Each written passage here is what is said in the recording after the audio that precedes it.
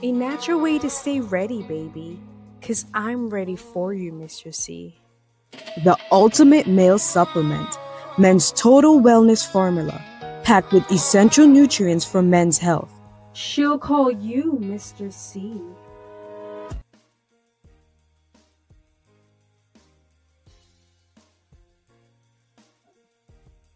One love, Delta 9 travelers. Welcome in.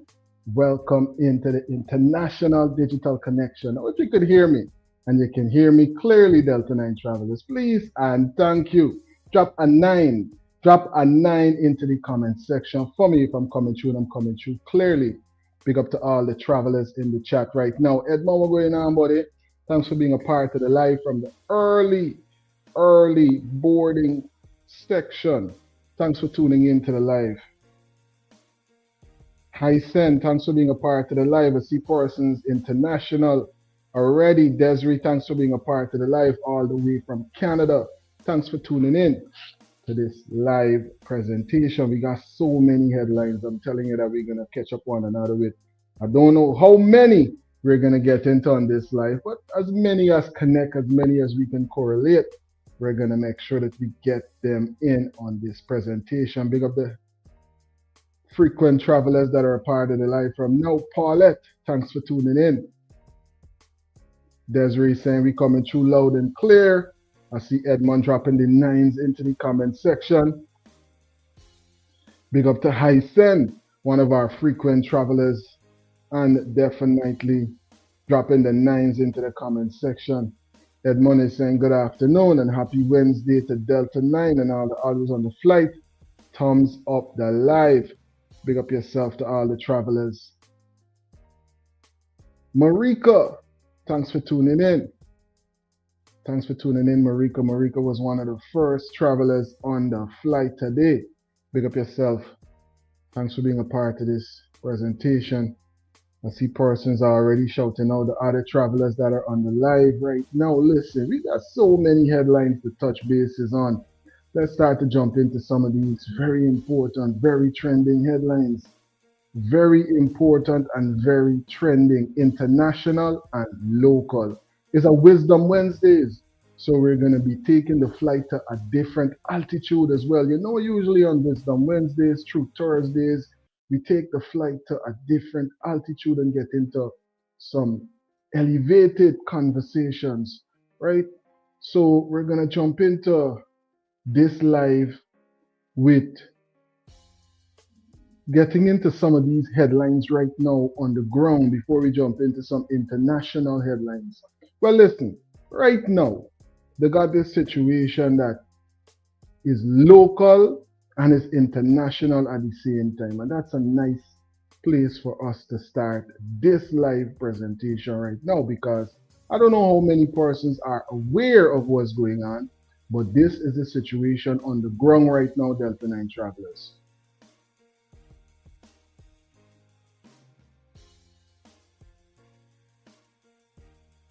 I'll take it. Assembly here at Villeneuve, just outside the ferry sailing at the 32 Minibus Park, Villeneuve to Carica. We are on a strike as a result of what the minister went up viral on air and say that there is no increase in minibus fare. What I am saying is that minibus fare has been increased since 2018 and we were being promised that the fare would go up every year by $20. From 2018 to now, we have not received any information from the Ministry of Business, Public Works, or the government. And the operators are now saying that they cannot operate with a fare that has been for so many years, and they're calling on the government to intervene. So is there any fare at mine right now I would like to call? Yes, I have submitted a proposed fare that is justifiable to all the operators. Anybody you care to share that with the public? Well, we're going to hear from some of the persons in the public that is complaining as well. Listen, this situation is one of many. Because what's going on the ground really, man? We're hearing the truck drivers demonstrating, right? We're seeing the situations that just recently went down with Indo brothers from all the way from India come to Guyana looking for work, looking for betterment. Look how this situation turn out. Now the bus drivers is striking. And we hearing this conversation about the oil shortage. All over the globe, persons are impacted by what's going on. But yet still, we got to wait for international bodies, right, to hint to we parliament like, hey, y'all think it's time that y'all should have a sitting on this? You think it's time that parliament should convene and have some real meaningful conversation on what's going on with the oil crisis, the present conflict that's going on in the Strait of Hormuz and how it's affecting international and local situations. We're going to show you what's going on in Kenya because this situation went from 0 to more than 100 really, really quick. Persons even transcended because of this situation, right? There's persons that met their demise because of this oil shortage and a lot of protesting and stuff like that that's going on in Africa. We're going to get into some of the, well, let me hear some more about what's going on the ground right now. Big up to all the travelers who's in the live from early. I'm telling you, the oil crisis globally is causing strikes on the ground. But what's going on with Parliament? What's going on the ground? Yes. How much will that be? The fare would be from here to the Kendran 200. Yes. From here to Tushin 300. Tushin to Bursi, Ruby, Yeah. 300, and Purika, 400. Okay. That is what. And from Freedom to Purika now? Freedom to Purika is 400. It was 320. So we're proposing 400. Okay. So let's have a word now. So is that okay for you? Okay, that okay. What about you guys? Okay, Come on, speak up here, speak up one time, man. You can work with that. So guys, this is the minibus drivers at the Freedom Stallion, and they're asking for a raise on their fare so they could go, you know what I mean, continue with the gas and the high. Well, I just heard about 2,000 have a plug of wheel, which I'm not sure, I know. There's a lot going on the ground, you know, and persons were highlighting certain situations to the minister. Yeah, persons were raising the issue and highlighting certain hurdles that they're facing with the minister. You know, on Delta 9 Media, we're going to make sure we analyze many aspects of what is taking place so we could suss out the situation and get a good footing on what's really taking place. Let me hear right now. The boat, the bus, the car, or the taxi? I just come out of the bus. I have a video and a picture where he harassed me for one party. Jump out of the bus and tell me, you just give me $8 more. I have the video and the picture. Well, the police will take that information. My name is Dr. Perry. I got one place to have at the police station. And I got one photo is on that. They wanted more money from me to come out bill. And the Sam chopping me on the bus. From where to where? From the park is now the police station. I said, oh, it's the minister now, you decided the price. He said, you business, you can't get it cheaper. I said, okay, I'm going to the office because I was supposed to come since last week to your office, but then I had no time. I gave them the money, and the thing about it, they're overloading the bus by putting 4 in a seat, and still you have to pay the $300. I said to him, I said, all good things will come to an end. Trying to say, he focused. All right. I said, okay, let us smell it off. And when I start, he tried to tell me, I'm a stubborn because I said, well, drop me to the nearest police station. So after I told him to drop me to the nearest police station, stop that. He didn't say nothing. So I pushed him on the door in Jack. I tell me, if you can't pay money, buy a bicycle. So that is what you're going I'd through. like citizens to know that if that is happening, report the boat, the bus, the car, or the taxi service. And we as the regulators will address that. I'm telling you, serious times on the ground, you know, as we analyze the hurdles that persons gotta face because of the prices, and persons are saying, listen, we gotta charge a bit more, but We hearing coming right there from the minister that, listen, we didn't officiate none of these changes in the fare. So the protocol is going to be something different. But guess what? The drivers is listening to what's going on and what's being presented on their behalf, and they're coming out. And there's a strike. Persons are saying, we ain't taking that like that, man. We can't take it like this. The matching. And it's not a local situation, you know, it's global. Because we're going to jump into some of these similar headlines that is rocking Kenya right now, right? But let me hear a little bit from VPAC and the Honorable Mr. Best that was on the ground having a conversation with some of the persons affected. With the government, because if the government is able to control their prices, there got to be some kind of agreement. What is the value proposition? What are they getting in exchange? Are they getting fuel and lubricants at a concessional price? Are they getting spare parts? And I'm not hearing any of this. Or is it fancy paperwork? I don't know. There's something deeper to the story, right? Yeah. There's something deeper to the story. So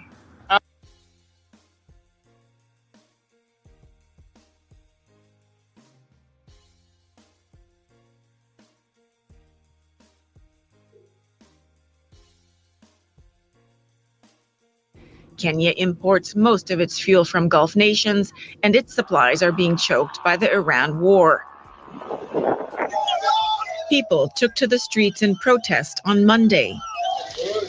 Demonstrators blocked roads and prevented motorists from passing.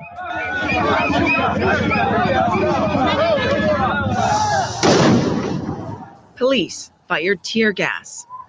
Several people were killed in the unrest. Their deaths are being investigated. Kenya's Human Rights Commission has expressed concern over allegations of excessive and lethal police force against violent protesters. As calm and traffic return to the streets, Kenyans are hoping their government can ease the pain of soaring fuel costs. Our correspondent Felix Moringa is on the ground for us in Kenya's capital, Nairobi. Felix, what's the mood there today? Are you seeing people still on the streets protesting? Well, the mood is quite relaxed today because life is slowly coming. Behind me would be a buzz with activity at this time of the day as people come from work, as buses crowd into the central business district. But if you can see, just the street behind me is as empty as it can get, with just a few commuters walking, some of them coming from workplaces, just a number of buses at the bus stop, and things have not come back to normalcy. On this other side, the shops which would be open at this time of the day are still closed. They were closed for the better part of Monday and the better part of today. So life has not yet resumed to normalcy because when this afternoon the government officials and the transport stakeholders called off the strike, it was too late for anything significant to move. So life has not yet resumed to normalcy, but as much as people are not physically in the streets protesting at this time of the day, the frustration is still very heavy within the hearts of Kenyans. Talk to us more about that frustration, because the protests in Kenya, Felix, started in response to rising fuel prices brought on by the war in Iran. Tell us more about how Kenyans are coping with the rise in the cost of living, the hike in prices. Kenyans are barely coping because survival has become difficult for basic household commodities. People are not able to put food on their table. Things like vegetables have become expensive. People have even been making jokes about the cost of tomatoes, that if you can afford tomatoes in the country, then you're doing well. And that just speaks to the scope at which people have been trying to survive. The government has been trying to do a few things, and people do not still feel like there's anything that is moving. survival is difficult. People are having to cut down on their everyday expenses. Some people are having to cut down on the expenditure in their households just to keep going. Other people are having to walk to their workplaces instead of using bus transport so that they can be able to save a few coins. And many of them Telling you, a situation that is gripping different parts of the globe and causing a situation like none other that we would have experienced in recent time, right? Big up to all the frequent travelers in the live right now, because as we analyze these things, we gotta ask ourselves, how come until now we're not hearing about a convening in Parliament to discuss an obvious problem, an in-your-face problem, but we're hearing things like this. As of now, there is no increase in fares. And no Guyanese citizen, no tourist, no child, no worker, or anyone is forced to pay. And no bus driver, operator, taxi, or hire car has the power to put you out if you refuse to pay. And the excuse just can be, I pay more at the gas station, or I pay more for the spare part, or I pay more for the tire, which in many cases, if we trace it, prices have gone down in some items. Well, yes, there are some increases in fuel. Prices gone down on some items. Which one of these items is it really that the price sort of went down on? We gotta call a spade in this situation. It seems as if some people are right, to hell with whoever gotta feel the squeeze, it seems. Because as we could see, our brothers is out and about and they're protesting a matter that is affecting people not just in Guyana. So you can't just say, oh, they're greedy, they want more money, this, that, and the third. We could see that there's a problem that is gripping different parts of the globe and gripping it in a real way. Persons would have lost their life in Kenya, Persons lost their life in Kenya for a protest that was started by the regular people in the street running the cabs and different situations that can't survive, right? Chandel, thanks for being a part of the live. Chandel is saying good evening to all the frequent travelers viewing all the way from St. Lucia.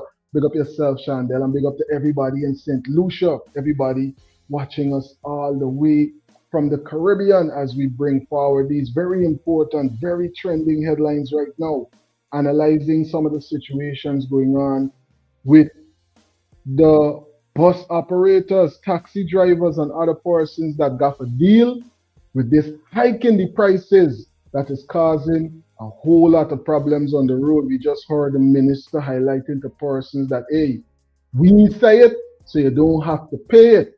We didn't say it, so you don't have to pay it. But persons are saying, man, how we supposed to survive with these prices the way that they are, right? Big up yourself, Paulette. Thanks for dropping 9s into the comment section. Definitely among those that support Delta 9 Media.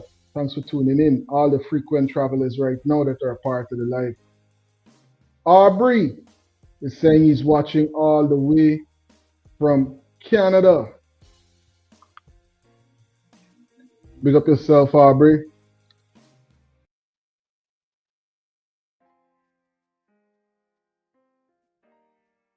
Victor, good night to Delta 9 and all the viewers. Very soon, that will be happening in Guyana.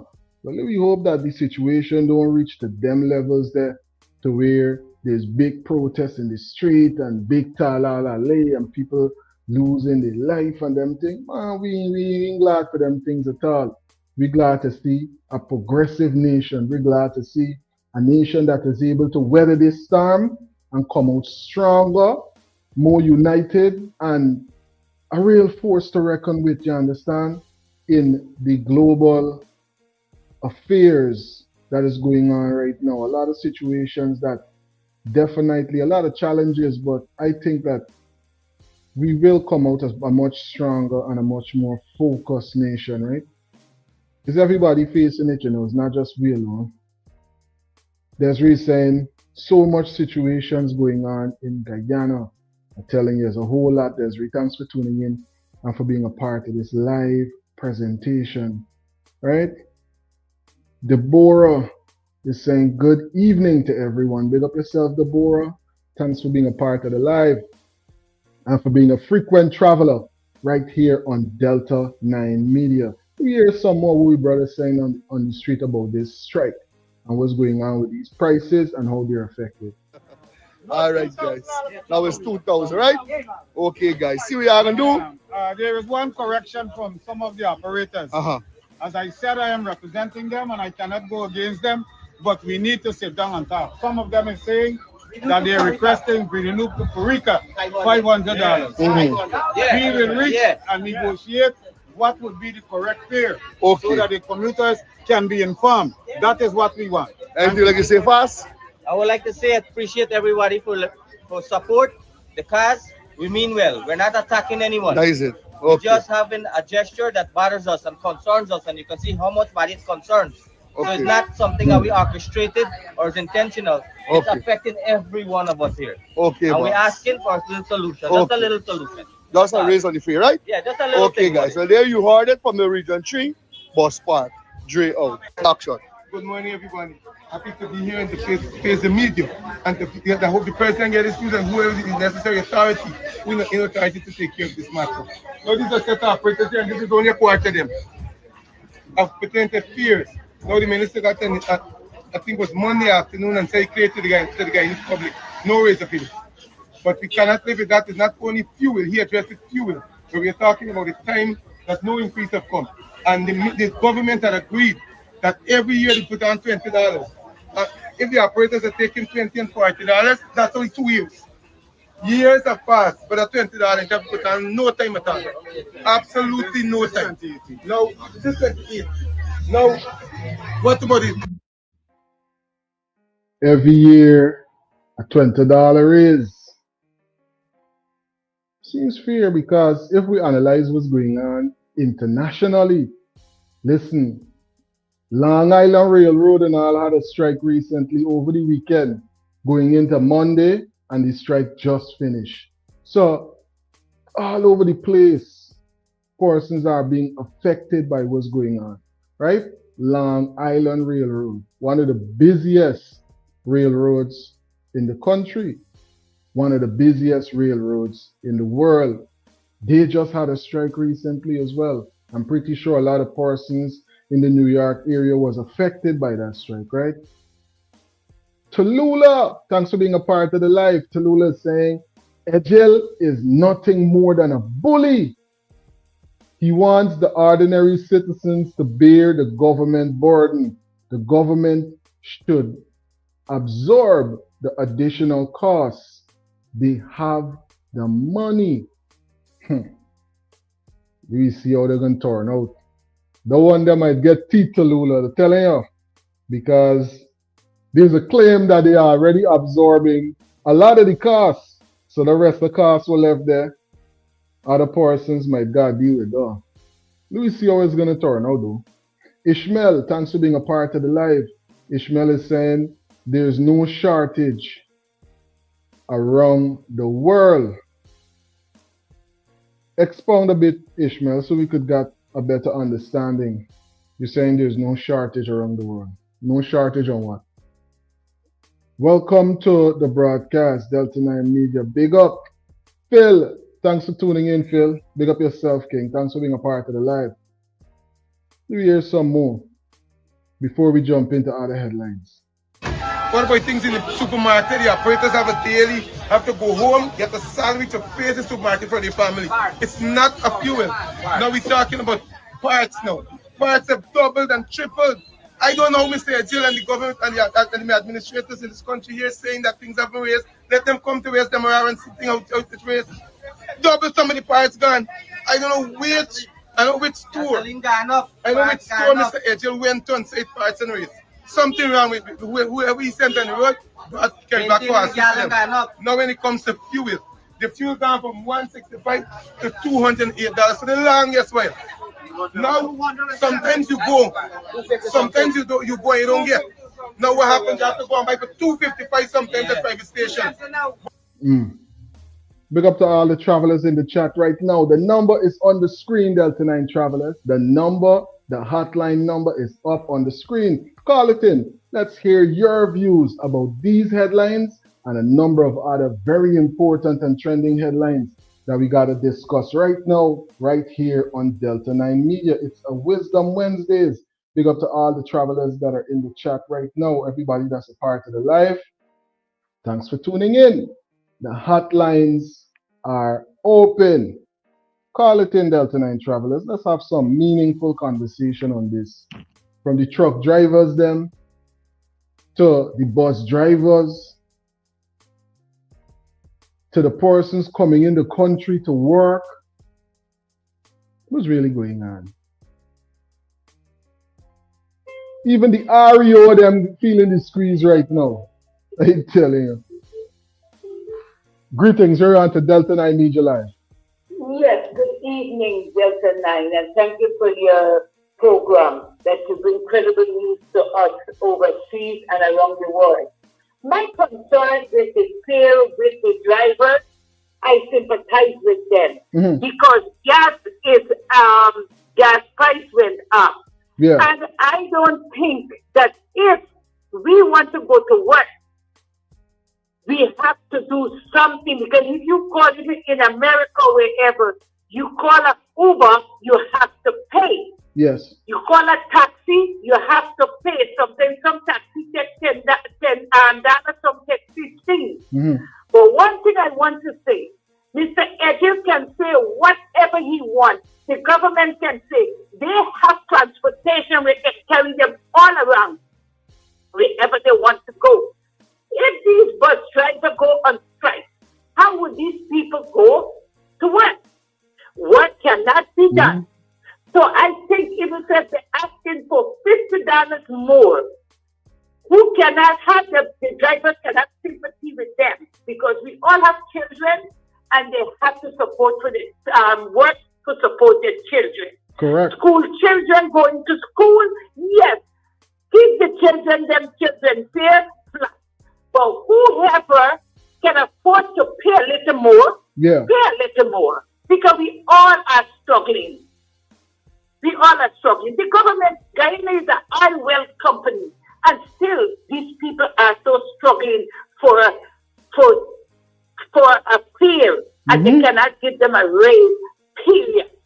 I think they should be able to help the government come in and give the bus driver them some lump sum of money that the fare would go up. That's my call. Thanks for calling in and sharing those insights with us. Have a good one. Yeah. Very powerful point. But will it be a reality? Will we see some real solution that persons could look and say, yes, this is something that is going to benefit the drivers, it's going to benefit the commuters as well. Persons are saying, hey, give me a cut on the gas now. Give me a cut on the gas prices. But with what's going on right now in the world, would that be something that the government can even use to pacify the situation? Or is this situation with the Strait of Hormuz too far gone? Samsung, keeping us connected no matter where in the world we are located. Big up to all the frequent travelers that are a part of the chat right now. Big up to everybody that is in the live as we analyze what's really taking place in our beautiful nation. A whole lot of problems, unnecessary, some of them, a lot of them unnecessary. Samsung, keeping us connected no matter where in the world we're located.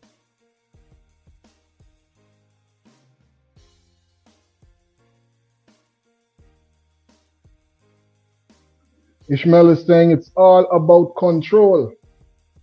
This government is participating in global population control. Guyana was self-sufficient. Why would you destroy all of our industries and security systems, leaving Guyana vulnerable. Big up yourself, Ishmael. Thanks for dropping those insightful commentaries into the comment section.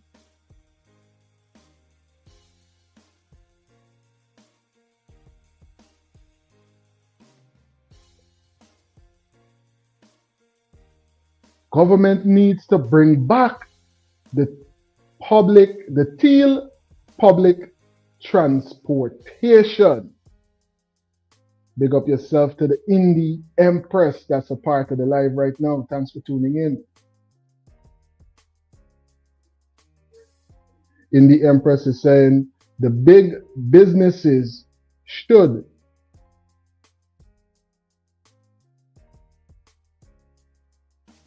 the big buses, rather, should be a mode of public transportation. Well, it seems like if there might be this problem, action, solution, this Hegelian dialectic being played out right in front of my face, That's why I think I see it right here. Because they might get the large buses waiting to be re-implemented as government buses in certain areas, right? And that might be something we might see coming very soon and very shortly. But let's hope that it doesn't come as a thorn in the side of the private persons who is running their buses and cause a whole lot of other hardships for persons who need not to be dealing with all of them hardships in a wealthy nation like Guyana. Less than 1 million people. The minibus drivers and conductors should have been a thing of the past since yesterday. That's rough because that's rough indeed because they got a lot of persons is still making their money in that manner. And if we even think about it, right? Even in a first world country like the US, could ask persons in New York, they could tell you, they still got dollar van running. In Brooklyn, they still get dollar van running. In Queens, right? So it's still something that persons does make their money. It's still a trade that persons display even in the US. They have the private vehicles, and as long as the ordinances allow, they're able to make some money. But there's a lot going on right now in the world, understandably so. People go through a lot on a daily basis with these minibuses, but they get a lot of benefit from these minibuses as well, right? One cannot even hear their own phone ringing sometimes.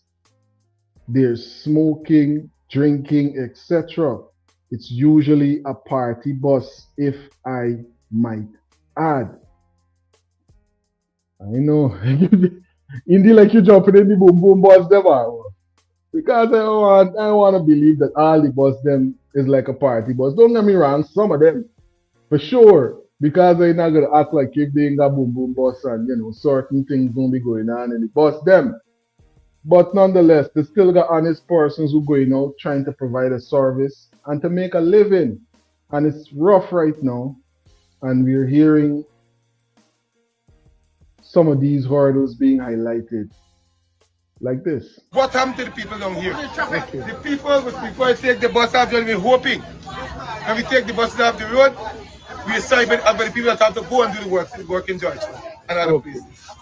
Well said, mister. Bus drivers strike at 30 to park. Well, let me hope that this is not a long-term strike. Let's hope that it's something that can be rectified before the end of the week. Let's hope that, the government can definitely step in and do something to pacify this situation. What are your views, Delta 9 travelers? Drop it in the comment section. Call it in. Let's have some meaningful conversation about this and a number of other headlines, as we catch up with all the headlines that's been definitely trending. Very important details. What has the VP been up to recently? Let's hear these very important details. If you have any issue relating to agriculture, housing, NIS, pension, the cash grant, lands and survey, public works, all of the teams are here today to meet with you, go through your issue, and try to resolve them. So if you bring one of those issues to me, I'll have to send them back down to the ministers who are downstairs meeting people here. So it would be better if you meet them first, and if they cannot resolve the issue, then you come back and see me, rather than come and see me first when you could easily get your matter resolved there. For example, all the people who are waiting for housing, like land for housing development. So right now, we're developing nearly 4,000 households in this region. But as of now, we are allocating to people who applied before 2024. But if you applied between 2024 to 2026, we bought some land because the government doesn't have land on the Essequibo Coast. So we bought some land and we're starting the infrastructure development. So by the end of next year, everybody who's applied will get their land, everyone. So when you go there, if you didn't apply as yet, you can apply today for the land. If you apply, say 2025, late 2025, you have to wait maybe till later this year or next year, you'll get it. But if you apply before 2024, it's really likely you will get the land today. They will give you an allocation today, and they will be told where you're getting it. So lands and survey to a lot of people when I come to the Essequibo Coast. Every time I come here, they have problems with land. Borders between the neighbor, two neighbors fighting because of a boundary, leases, etc. So the head of lands and survey. Catching up with what's going on with the VP recently having a meeting. So if you don't know, you get approved from before 2024. I tell you in the ghoul right now, but there's a lot of persons that say, listen, more than a decade they've been in waiting for lands, and it seems like if they didn't even get a survey as yet, they're waiting for lands more than a decade, and they still ain't get a survey, you know? Let's hope these situations can be rectified very soon and very shortly. It's definitely a housing shortage. It's definitely a need for that 4,000 and even more houses in our country right now. He went there and he can't live there. So we can live here. We are earlier, myself and Jack, well, he took me and we went to a meeting at Bushlat Lakshman Singh Primary School. They wanted to discuss a transition line through our lands from Mahaika to Maikoni. So they invited all the farmers. Well, I didn't know about it, but Jack knew and he took me and we went. After we listened to them and so on, I said, I have, but both of them are there and the chaps are identical like to me. I can't say which is an AG and which one is Cage. But he probably be able to make it, he's younger than I. So I said, sir, I have a point to make. It hasn't anything to do with what we come here to talk about, the transmission line that you are going to bring through our land. But this is something that affects us terribly. I'm talking about the noise from the GPL plant at Columbia. Well, this is the thing that I can't remember. If it is an AG or is Cash, I don't know if he can remember. It's Cash. You know what a guy said? At that meeting where you had hundreds of people, that man stood up there and said, why? I went there. I can't live there. I went there. I can't live. We a jackass or ass. He didn't say that, but I'm saying he went there and he can't live there. So we can live here. We are some animal, or even the animals couldn't be able to live there. So I forgot to talk about that at the meeting. And who was this? One of the Nandalal? Both of them were there. Which one said? Well, that's the thing, I can't remember which one. Which one? Both of them is Nandalal. Yes. So the Attorney General said he can't live here. Yes. Because he said that he got letters from. I am more leaning towards it has been the brother because this is GPL. Yes. So, both of them were here. Most of the letters you sent is from him. Is to him. So the Attorney General. Yeah. Oh, so he came and said, yeah, he been there. Okay. I can't live. We a jackass or ass. But he didn't say that, but I'm saying he went there and he can't live there. So we can live here. We are earlier, myself and Jack, well, he took me and we went to a meeting at Bushlat Lakshman Singh Primary School. They wanted to discuss a transition line through our lands from Mahaika to Maikoni. So they invited all the farmers. Well, I didn't know about it, but Jack knew and he took me and we went. After we listened to them and so on, I said, I have, well, both of them are there and the chaps are identical like to me. I can't say which is AG and which one is Cage. But he probably will be able to make it. He's younger than I. So I said, sir, I have a point to make. It hasn't anything to do with what we come here to talk about, the transmission line that you are going to bring through our land. But this is something that affects us terribly. I'm talking about the noise from the GPL plant at Columbia. Well, this is the thing that I can't remember. If it is an AG or is Kish, I don't know if he can remember. It's Kish. You know what a guy said? At that meeting where you had hundreds of people, that man stood up there.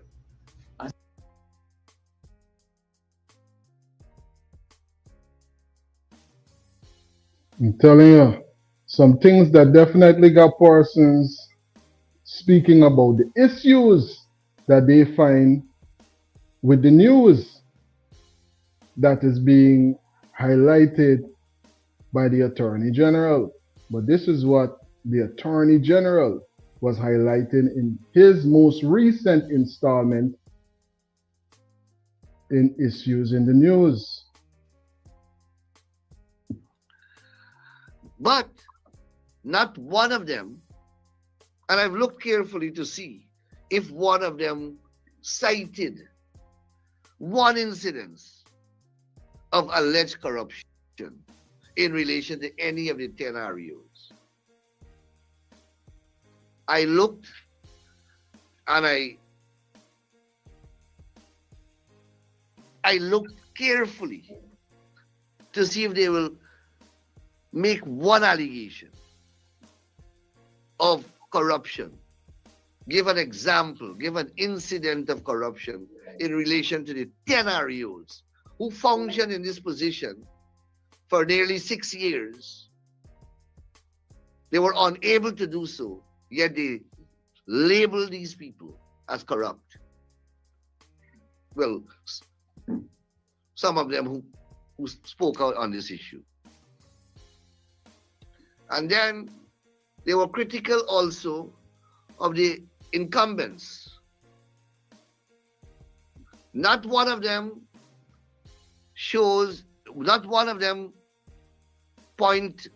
pointed to an argument that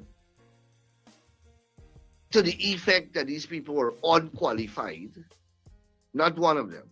I didn't see any argument that any of these new appointees were unqualified for the posts.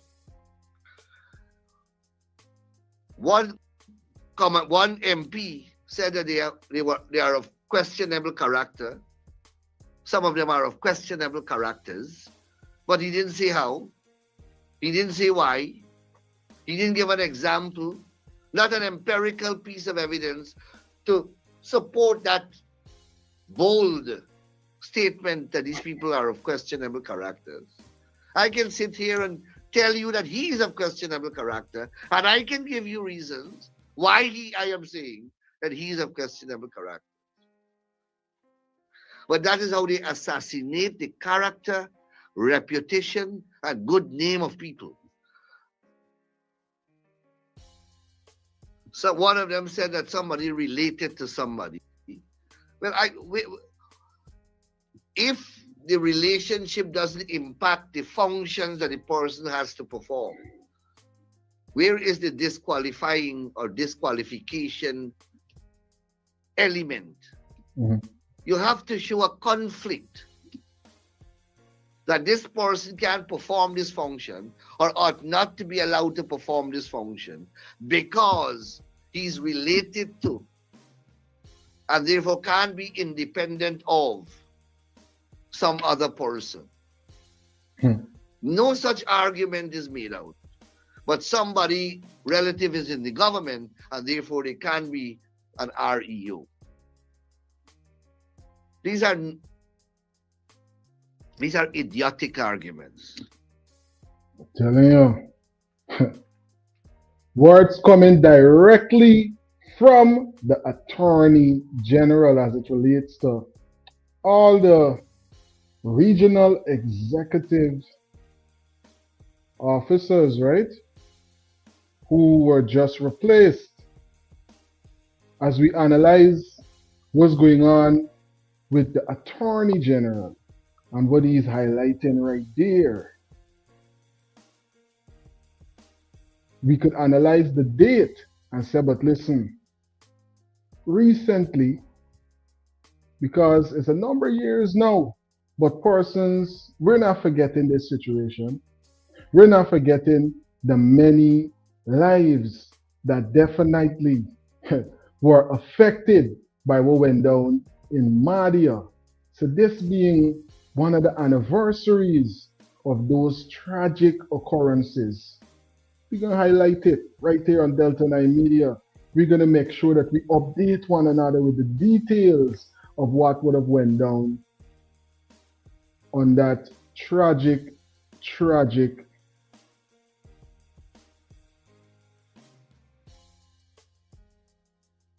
situation, right? Condolences to the family members and the loved ones, and rising power to our everlasting energy. Madia school fire, as we remember what went down and highlight the details of what happened on that situation just recently. All right, you get a kind of a synopsis there as to what takes place. Let me walk you from the beginning, right? Yeah, share. We have reached 2000. Share. Now, the fire occurred on the female dormitory at Madia on the night of the 21st of May, 2023, right? As you saw there, or you are there, 20 children perished in that fire. 20. 20, not 2, but 20 persons, right? And up to now, all we're hearing is that one of the very students is the person that is facing more charges than the age. I wonder what's going to become of this situation. We're going to hear some more details coming in from the top cops. And if you're looking to hear the entirety of the presentation, check out Speaking Out, Exposing Corruption and Incompetence right here on YouTube. And you will be able to get everything that came from the classroom recently. I tell you, big up to the top cops. Desrick, what's going on? Desrick is saying it's a waste of time. Tallulah, one of our insightful moderators, is saying this: the thing I don't understand, these people complaining about everything, but they continue to vote for these no good people and expect a change. What sense does that make? What sense does that make? Big up yourself, Tallulah, and thanks for dropping these insights into the comment section. I'm telling you, a lot of persons is really and truly trying to suss out this situation, right? And we really want to know what sense it makes for persons to continue to vote because of race and have this divided perspective on certain things, not realizing that it affects the entire nation. When we put certain persons in these positions of power, right? It affects the entire nation when they don't do the right thing. 20 children, right? The next day, you are there too that one of the children in that that dormitory, they alleged that she set the fire because of something with phone and all this other thing. And so the claim is arson, which resulted in the death of these 20 people. The very next day, look what happened. This is supposed to be a crime scene. It's a scene in which 20 persons died. The very next day, or shortly after this fire occurred, I think it was a Sunday night. This is Mark Lyon Phillips, the Prime Minister. In the debris, in the evidence, this is Priya Manik-Chan and some senior fireman there. In the evidence, in the debris. Let me show you all more. Look, Mark Phillips again. They're in. Look, you can't believe some of these things, you know.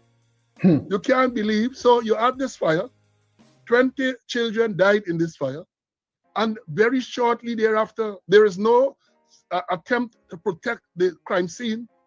And guess who was in charge at the division at the time? Guess who? Mandel. The same Mandel who was there with the Adriana Young matter at Region 3. He too was one of the senior officers in Region 5 when the Henry brothers were killed. He was there. And if my memory... He was there for Henry buys. He was there in Madia, allegedly. And he's on the video throughout. You could see him. He was there for the Adriana situation. Coincidence or convenience? Coincidence or convenience that this one individual just find themselves a part of all of these three?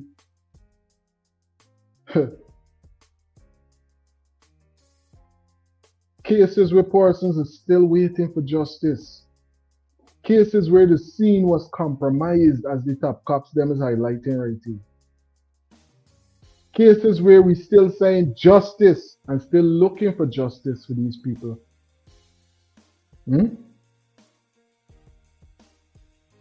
Very suspicious times and very questionable situations, right? We hear some more coming in from the top cops. Source me correct. I'm subject to correction. But at the time when this thing occurred, this Madia fire, I don't think he was an assistant commissioner. I think he was a senior superintendent. And after that, he was promoted to assistant commissioner. But this is a scene, a crime scene. 20 children died in this scene.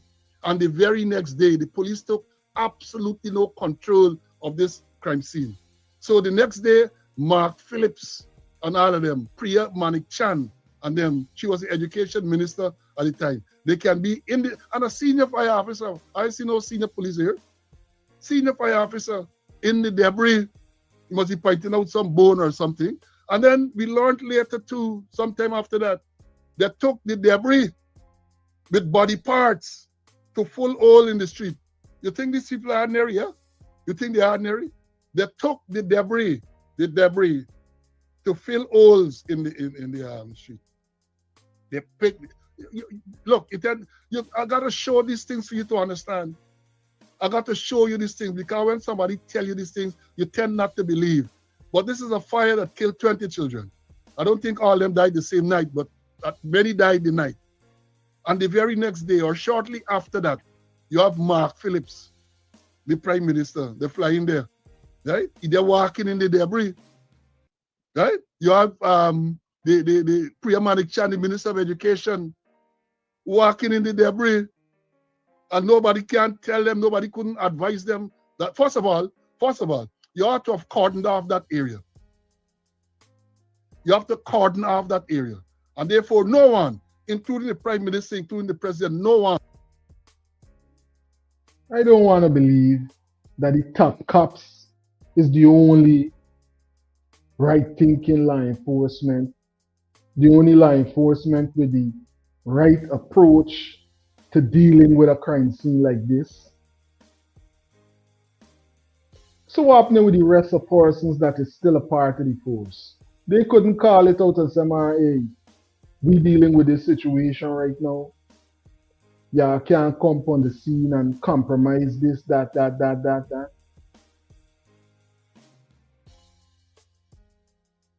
And what's the proceedings right now with this case? Who's being prosecuted? What's the level at which the investigation is going on right now? Very important questions, you know. Things that we can't allow them to sweep under the rug is the fact that you got this same person just appearing in these different situations. You got another scene being compromised right here. Should have been cordoned off. Investigators alone. Persons gathering evidence alone. Right? Big up to the legal alien. Touching down in the live. Thanks for being a part of the presentation. Victor saying this was not a coincidence. That was not a coincidence. Yeah. Definitely don't seem like a coincidence to me, neither, Victor. It's something that definitely needs a lot more scrutiny. Should have had access to that scene. The only people who should have access were the investigators, maybe the forensic investigators. They're the only people who should have had access. But you have all them walking in the thing there. And then let me go on to tell you, as I said, Mandal was in charge as the commander. And I say, Mandal, poor boy, you get pitchfork into this position, little or no training for any senior command position. The man used to be the presidential guard. But I guess because of his contacts and so on, his ethnicity, he got promoted to assistant commissioner. Because I believe, I'm almost certain that when this Madia fire occurred, he was not an assistant commissioner. Because he was stationed at Madia, and I don't think they ever had an assistant commissioner in charge of that region, I think region 7. So he might have been a senior superintendent. Man got promoted. Man ended up at West Demerara at some stage as an assistant commissioner. Adriana Young, murder, I'm called a murder. He know what to do. When the Henry boys were killed in Berbice, well, he might not have been the commander then, but he was a senior officer there. It's all sort of things falling in, and the man got promoted now, you know. Again, because the man now is the second in charge of operations in the Guyana police force. That is what. Second in charge of operations.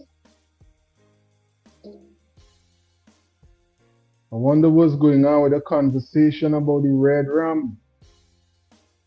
Right? Things that we hear being highlighted by the top cops right there. Coincidence or convenience? Big up to all the travelers that are in the chat right now. The hotline number is on your screen, Delta 9 travelers. Call it in. Let's have some meaningful conversations. Drop it into the comment section. Deborah is saying, good night, Delta 9. Big up yourself, Deborah. Thanks for being a part of the live presentation. Thanks for dropping insightful commentary in the comment section as well. Big up to all the frequent travelers. Now, the top cops was just talking about what was going on and the different implications with even the situation with Adriana Young. Well, guess what? Honorable Dr. Todd is out and about and always busy with the work of the people. Let's get some of these insights coming in straight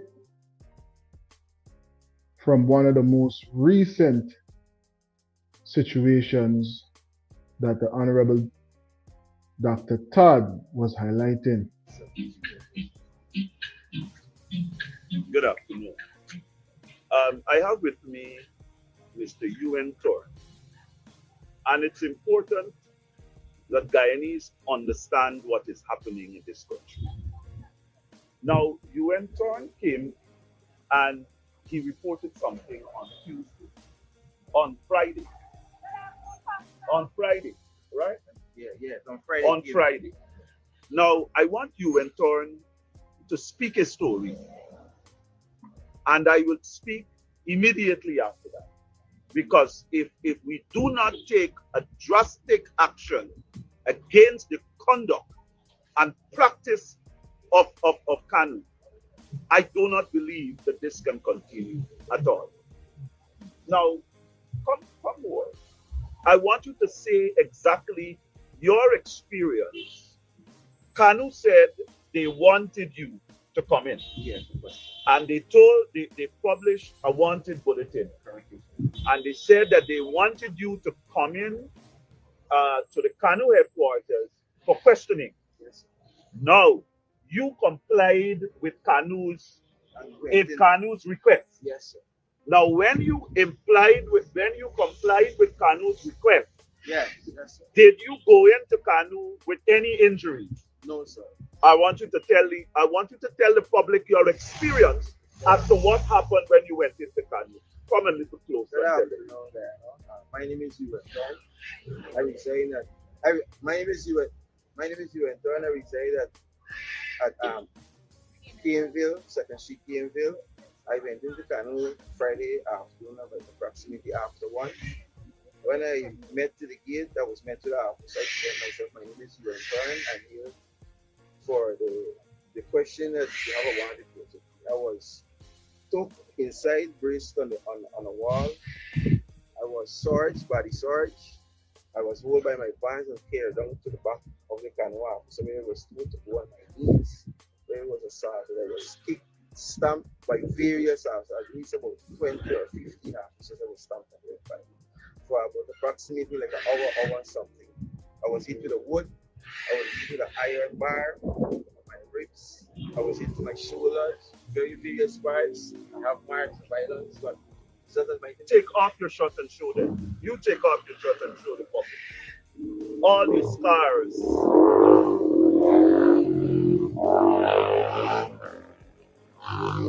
Show them. Show them. There. Show them here. Show them here. Show them. Show them. Show them. Show them your back. I was beaten on my back, my foot bottom. My foot is slightly swelled still. It's not more strong, slightly still swelled.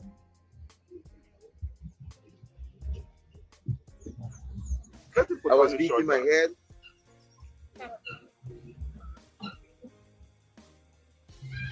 I was beaten in my head. I was beaten in my head. Show your head. Show the part of your head where you were beaten. I was knocked here. I have a slight guard here that I went to the hospital. That if I received the medical, that you will see the laceration part here. And also the side behind the here. Then after I was beaten, I was handcuffed by the beating. I was choked with a rope. The only thing I didn't receive is shot. At least they were threatening to do me for a period of time, and they moved me from one point to the park, and I can carry on with the rough for a little bit more. And when did you come out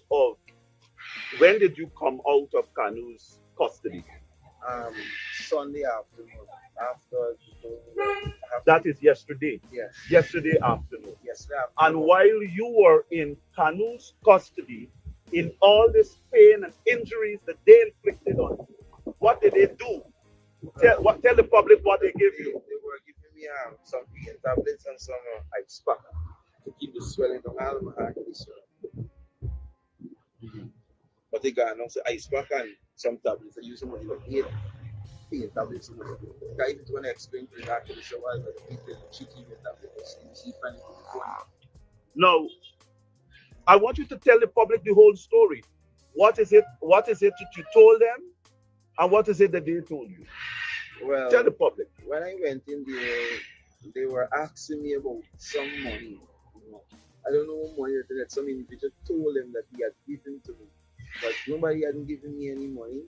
I saw another individual there that was beaten, another individual that was beaten, and one individual was sent away this Saturday. And when I was sent away, after finishing giving the statement for them, they sent me away, and the same individual that they had put up the wanted poster for. Now, in this statement, so they basically, you didn't give them a statement before on Friday because you were denying any knowledge of any narcotics. Did you give them a statement Saturday? No. You give them a statement that they wanted a statement from you on Sunday. I want you to say how come you end up giving them a statement. I was still fearful I was still fearful for my life, and the time I give a statement, well, they would send me up. Keep in mind, well, I have a vehicle that I was driving, the people vehicle, the people phone, my ID card, my license, and my backyard, and the time to come back tomorrow, which is Tuesday at 10 o'clock. But it seems that the time I come back, I still fearful because I don't went in this day already. Free spirit self, and I was brutally assaulted. So it got me feel worried now that I have to go back again. Now, this story is even more troubling. Now, he has maintained he has no knowledge of any narcotics. Now, if you were following the incident as it occurred, I think it was Thursday night. Most of us, or Wednesday night, most of us, I think, followed that story on Facebook or what the case may be. Now, no narcotics was found in this car, but the canoe allegedly shot at the car, fired shots at the car. Now, no, the canoe didn't get the car. The canoe got the number plate of the car. Now, the canoe then went to the home of Mr. Thorne. And the canoe found his common law spouse. And I want you to listen to her. Come. Tell the public what the canoe did to you. Good afternoon. My name is Alisa. They were very disrespectful to me as a big woman. It had two young female officers that started slapping me about to enter my home. First thing, they didn't show me any warrant or even rap on my door. They break it down. And they already had the gun fighting as they break it down. They had guns, like 20 of them coming in at the same time.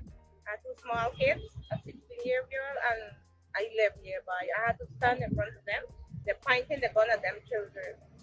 I'm telling them that I was drinking whole weekend and I'm like, since Mother's Day, and I'm under the influence of alcohol.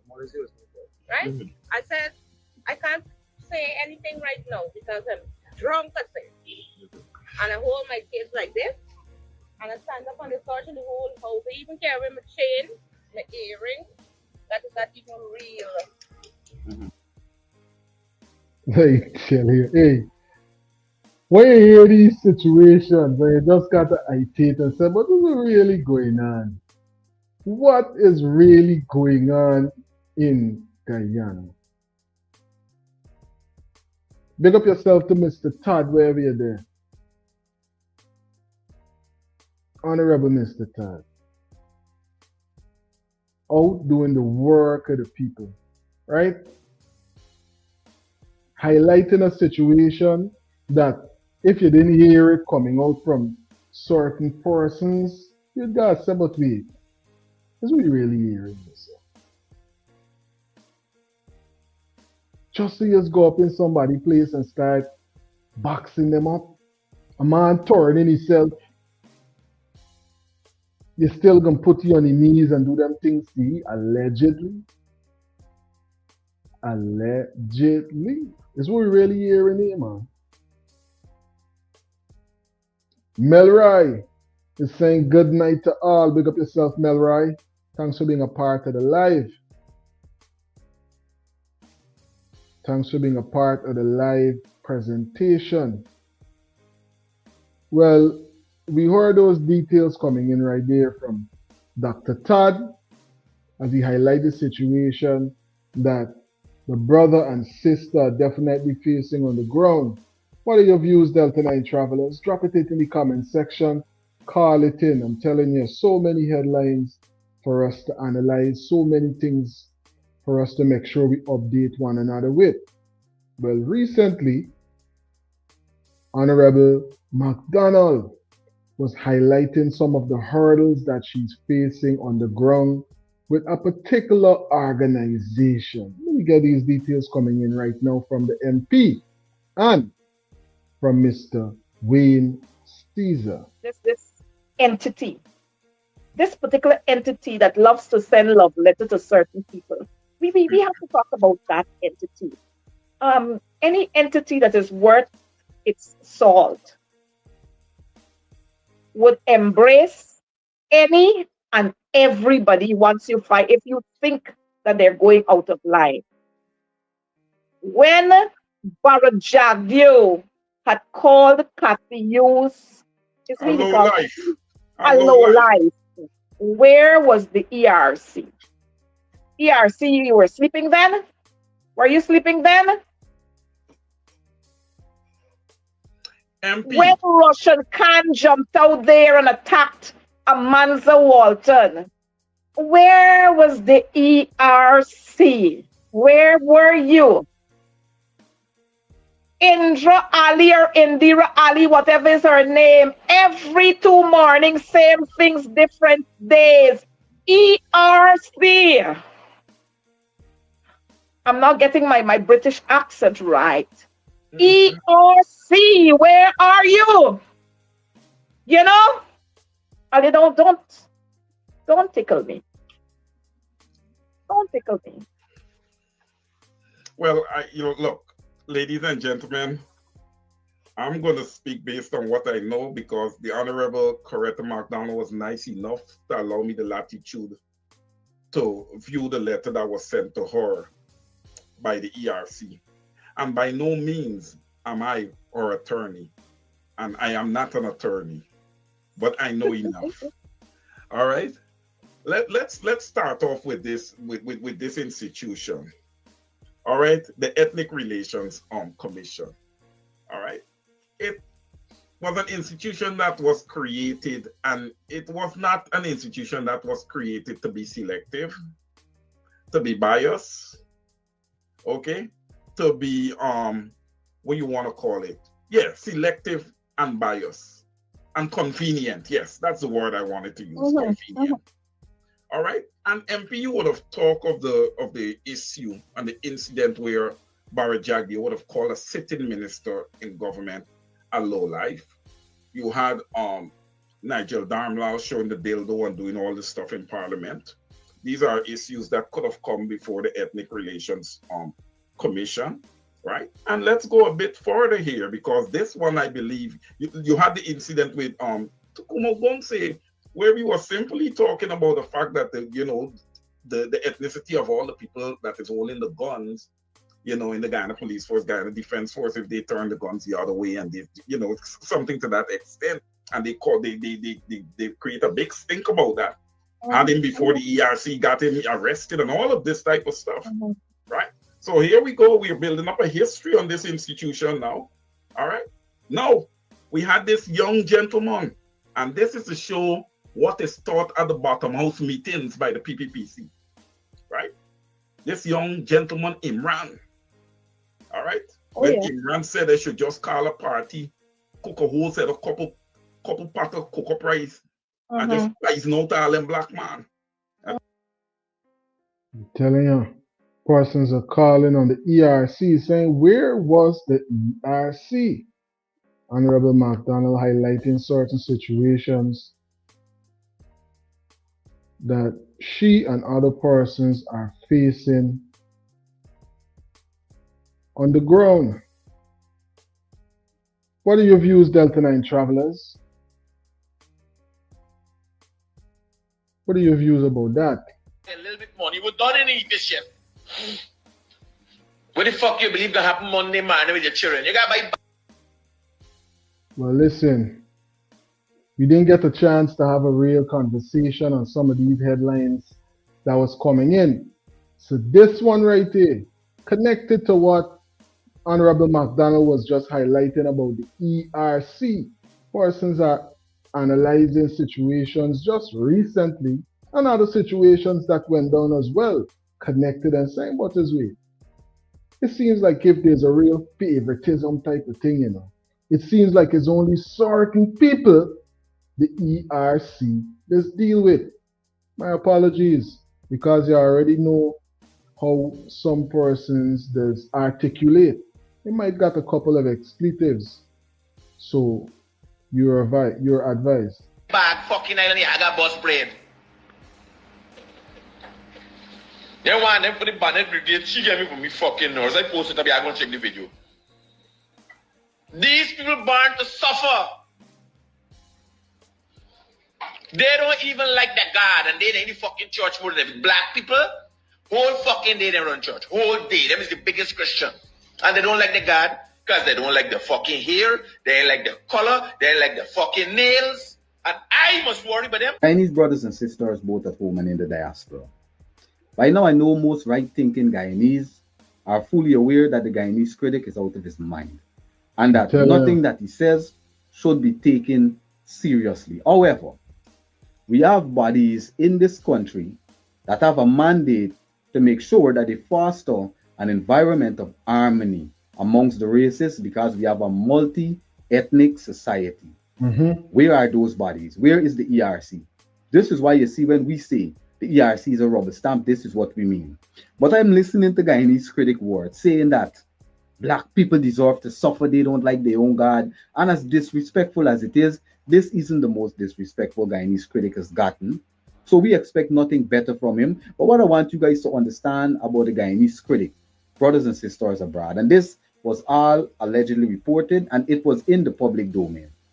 This man that is claiming people deserve to suffer would have been given a $800+ million Bellevue pump station contract and was given more than $150 million mobilization cost. And mind you, brothers and sisters, there is no verification of work that Mr. Mikel Rodriguez did that matches that mobilization money that he was given. But telling you, different things persons starting to bring together and say, what is we? You saying people must suffer, but you get 800 plus, and we ain't seeing nothing going on. And the money have to come from the same taxpayers. Melroy is saying the ERC is not for black people. Listen, there's a conversation that a lot of persons are presenting. I'm telling you.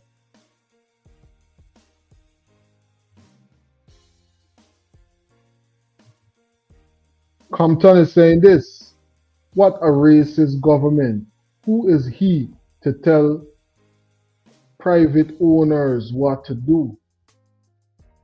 This is another episode of Let's Blame the Bus Operators. When cooking gas goes up, tell Shell the same thing. I'm telling you. Big up yourself, Compton. Thanks for dropping the insights into the comment section. Floyd is saying, good night, Delta 9. Big up Guyanese near and far. In and up. Every single time, Floyd. Thanks for being a part of the live.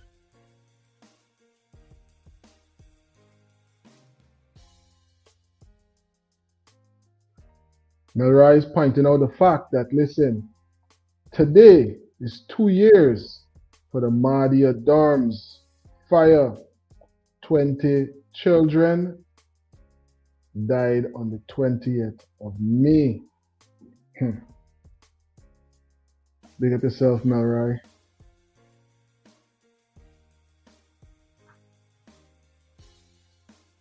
Where are the convictions for that though? One person alone charged, person is underage, right? Are we to believe that, that was the only person that is culpable in this whole situation where 20 persons would have lost their life? It's things for us to really analyze.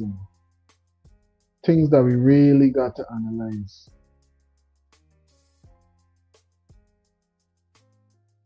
Yet still,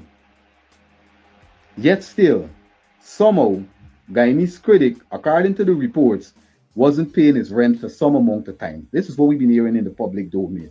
Maybe 2 years the man didn't pay his rent and was evicted from his humble abode. And what proved and justified that they were actually evicted? Because we saw Mr. Freddie Kissoon out on the seawall with his pants blowing in the wind.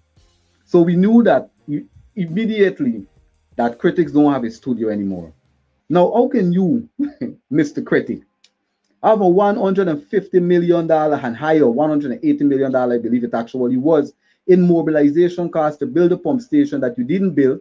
You weren't charged for it criminally, because there's no way that you're going to give a contractor. In most other countries, I'm guessing you give a contractor states money, states fund to complete a contract, and they don't contract it. I'm guessing that there's some kind of ramification, some kind of penalties attached to that, but not in Guyana. So you didn't even have to pay back that money. But at the end of all of the critic, you couldn't even pay your rent. This is according to the reports, and the fact we see Freddie with the pants swinging, we know for a fact you couldn't pay your rent, Guyanese critic. And you're out. And you're speaking about people who deserve to suffer, Guyanese critic. When you had so many opportunities under one Guyana and you still can't even afford to pay your rent, Guyanese critic. And I can't understand how Guyanese people allow Guyanese critic to come and try to embarrass and disrespect and degrade our national image to the rest of the world. How do the Africans do it? I don't understand how y'all do it.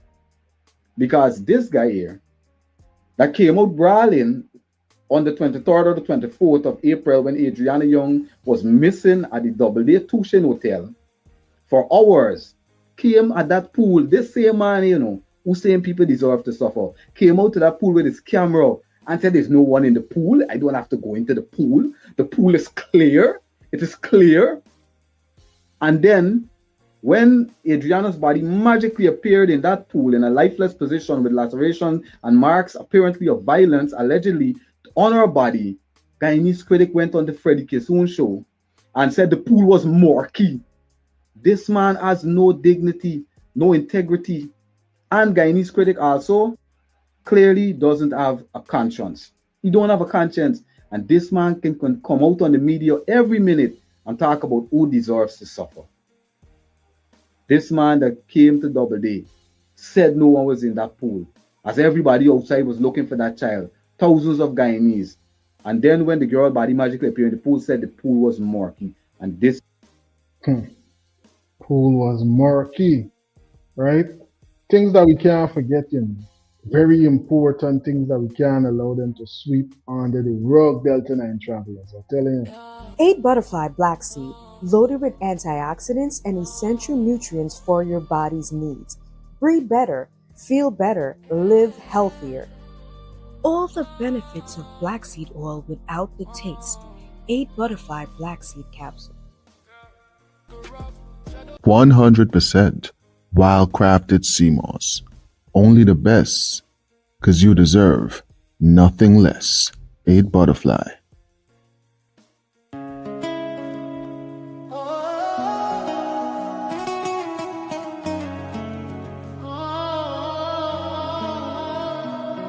Unleash the best version of yourself with every goddess. Say goodbye to limitations and say hello to a better, stronger, healthier you.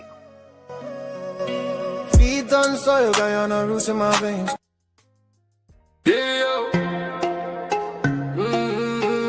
No matter where in the world, we love Guyana.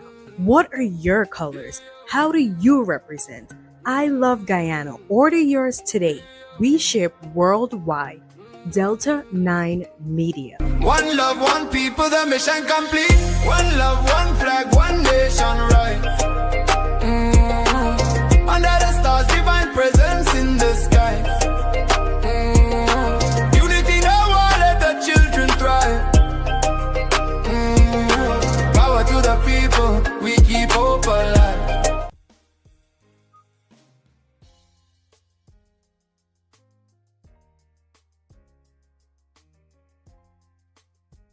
telling you,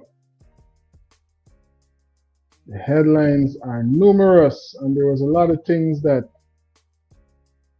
definitely has been trending since the last time we were live, having one of these international digital connections, right? Dealing with some of the headlines that are definitely trending and important. I want to big up to everybody. Right now, we're going on Bantu King. Thanks for tuning in. Blessings to Delta 9 family. Big up yourself. Thanks for being a part of the live. Victor is saying critic is a total disgrace and disrespectful man to society. I'm telling you. Man put the arm on couple well people. Both of them with the same first name on the record. Yeah, I'm telling you.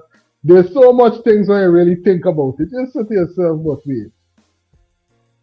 That is really running in a real weird way, you know. A real weird way. Light is saying this. Good evening, I'm listening. I believe that we can look out for the school children. Adults should see with the driver. I'm guessing Light is highlighting what we was talking about with the bus drivers and the strike, right? I'm telling you. Big up to all the travelers right now that are in the chat. Everybody that dropping insights into the comment section. But what's going on with this situation with Charan Das? We recently see a number of persons went across the political aisle again. Seems like most persons now that we're going to see in the PPP look like a lot of persons now are coming out from the PNC, from the APNU and other parties. But one of the former AFC members as well is highlighting this about the whole Charan Das situation. And it's something that he's saying, listen, I never highlighted this before. So when I heard it, I said, man, I got to make sure that I bring this and highlight it to the Delta 9 travelers. Let me hear these details. Something about the AFC that I've never said publicly. Viewers, viewers, you hearing this? And it has to do with Charan Das Prasad. I was in China when the Charan Das Prasad vote, the yes vote of Charan Das Prasad, reverberated throughout this country and throughout the Caribbean. Maybe the world. And I was in China. So when you're out of Guyana, you don't get a real feel of what's happening in Guyana. You don't. You have to depend on second-hand. You get information to live, to go into the restaurant, to the supermarket. And 2 weeks before that no confidence vote, I am in China, and I heard that Charan Das Prasad has defected and he will vote with the PPP. 2 weeks before I was in China and I heard. And you told them? One such person that told me, it means they knew, because people in the government told me. One such person who told me that was Imran Khan, the DPI head and liaison to the Prime Minister. And let Raphael Chapman make me a liar. I called Raphael Chapman. And I said, Raphael, this is what I'm hearing. I gave him my source because at that point it was critical and I got nothing to hide. I said, I heard it from this guy and thing. Raphael Chapman said to me he heard it too. And at the time, Raphael Chapman was leader of the AFC. That was before the AFC Congress and before Kemra Jamjitan became leader. At that time, Raphael Chapman was leader. And I said to Raphael Chapman, you as leader, hearing these things, you have to confront Charan Das Prasad. I said, the least you can do is call Charan Das Prasad in a room lock your door, and do the West Indian stare him down in his face. What was wrong with you? You understand what I'm West Indian saying? politics, yeah. I said it is incumbent upon you to do that. And he agreed, but you know when people agree, but not in an agreeable way. Yeah, And then from that you will know. If you're not sure, call your partner who you helped to start the AFC, Ramjitan, and say, Ramjitan, I get an uneasy feeling. Let me call Charandas again to another meeting. But they have learned. And tell me. And I'm saying this was an entire 2 weeks before the no confidence vote. An entire 2 weeks. What happened, I don't know. I surmise. As far as my information go, the only meeting that they had with Charandas was when they called all the MPs together. And Ali said, tell me now if anyone of y'all going and vote against me, tell me now. And everybody go around the table and everybody say no. In that setting, you can't get no vibe from anybody because we all in a big room and my vibe being drowned out by everybody else. And I just say no and sit down there, and then I go in the thing and vote against. So I am saying there are several, and then they had another opportunity to save themselves. Said to them that let us not take this vote. It's too close to Christmas. It was the 18th of December or something like that. Moses said, bring it on. Yes. Moses said, no, bring it was on. it Moses or Moses. Amnali? No, Moses. Okay. Moses said, bring it on. But what we need to say is that Jagan and Burnham were masters at talking to people. Let me give you an incident with Burnham. I can't remember the guy's name. It was in my head, but he was editor of New Nation. Burnham went away, and when Burnham came back, Burnham saw something written. Burnham called Cecil Griffith, who was the boss of the guy, and said, tell him I want to see him. I'm going to roast his balls. And Burnham called Cecil Griffith, and the guy, his name is in my, I went to his wake when he died. And they met at the poolside at Castellani House where Burnham used to live. And Burnham bring out fine liquor. And Burnham started to talk to this guy in real West Indian style. And then, although with West Indian style, Burnham was very demanding. And then Burnham said, all right, let me take a drink. Just like that. And bring out he and the man and Cecil. And so, you see, what Burnham did there is presented himself as somebody who was offended, but you could still be redeemed, although you offend Burnham. Burnham was like, Jagan would call you in. Jagan, there was the head of the Rice Producers Association, one of the PDP leaders I really liked and respected, right? Fazal Ali. And Fazal, right? Over fertilizers. And Jagan called him and said, look, pay the man. I think Dr. Hannibal was selling fertilizer. And Ali was president of the Rice Producers Association. Jagan, and you wonder what Norton has learned from being, he was in the YSM when Burnham was a global figure. You want to know what they have learned? Absolutely nothing. Now, one of the shortcomings of Norton is that he doesn't, I don't know if he feels he's too big. I don't know if it's inherent arrogancy, but he don't call you and beg you, or he don't call you and cajole you. Everybody who left the PNC said that about him. I'm telling you. It seems like, I don't know, but it seems like if they got a permanent problem, with Honorable Mr. Norton. Yeah, telling you, it seems like they got a permanent problem with the big man. What are your views, Delta 9 travelers?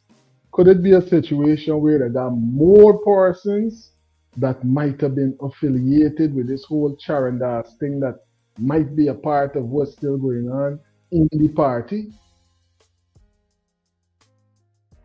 If they knew about what was going on, how come persons take so long, allegedly, to confront this situation that we could see cause some real shockwaves throughout the political spectrum in Guyana, to the point where a lot of the effects could really and truly still be seen, you know? But guess what? Let's analyze what's going on internationally, because there were some developments as it relates to the US and Cuba, right? There was a recent indictment that just came down for Castro. Let's get into some of these details right now, because this could got some far-reaching implications. We might see moves to go and pick up persons from Cuba, like persons were picked up from Venezuela. Let me hear some of these details coming in from Mr. Well, it's coming directly from President Trump. Let me hear some of these details. They came there that were decimated, whose families were ruined. Appreciate what the Attorney General just did today and was just doing now. It's just watching it. So we have Cuba on our mind. Very important. Been a lot of problems for a lot of years, and this was a big, I think it was a very big moment for people that, not only Cuban Americans, but people that came from Cuba that want to go back to Cuba, people that want to see their family in Cuba. I think this is a very big day, very important day. They supported me to the nth degree. They supported me at levels that nobody's ever seen before. And so I think it's a very important moment. Mr. President, what's coming next for Cuba? Well, we're going to see. It's a failing nation. You see that. It's falling apart. They have no oil. They have no money. It's a failing nation. So I just can't tell you that. But we're there to help. We're there to help the families, the people. And again, a lot of those people are related to me in the sense that I've had such a great relationship with Cuban Americans. They supported me at a 94% level. That's a pretty good level. And their relatives are there. So we got to, on a humanitarian basis, we're there to help. There last week. Yeah. Can you talk about that at all? Well, we have a lot of people there. We have the CIA there. We have Marco is there. Marco's parents, as you know, were from Cuba. So we have a lot of expertise in Cuba, and it's not going to be like the biggest thing we've ever done, but I will tell you, to a lot of developments coming in from Cuba. And we're getting those details coming directly from the president himself. A lot of implications in that one, because if you're hearing about an indictment on something as big as that charge, then are we going to see an extraction like we saw with the president of Venezuela? And what would these implications mean for persons who were close partners to Cuba? What would this implication mean for the Caribbean if we were to see an extraction like we saw in Venezuela, right? We can get some more coming from the president. Bantu King is saying, what did Ali learn from J-Gun? I telling you, the question right the persons got asked. Because if we look at what's taking place right now on the ground, we got wonder if persons are really taking from the teachings, because this is some of the teachings right there, Bantu King. We believe that the working people must have a say, and the state must help to protect the poor. The rich can always take care of themselves. The poor is the one who needs protection, and that is what the PPP was created for.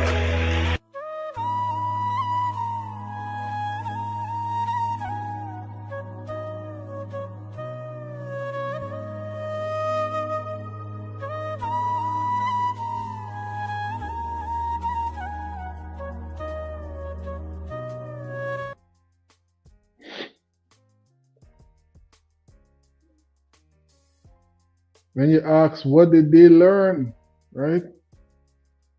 What's going on right here with these implications? Cuba, former Cuban leader Raul Castro indicted. People, it's going to be one of the most important. They've been looking for this moment for 65 years. So we'll see what happens. But we're going to, in the meantime, we're going to have to help them out.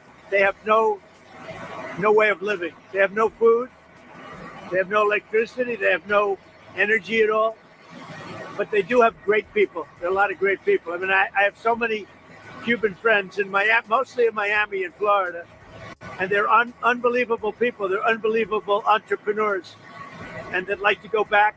I think hopefully they're going to want to live here.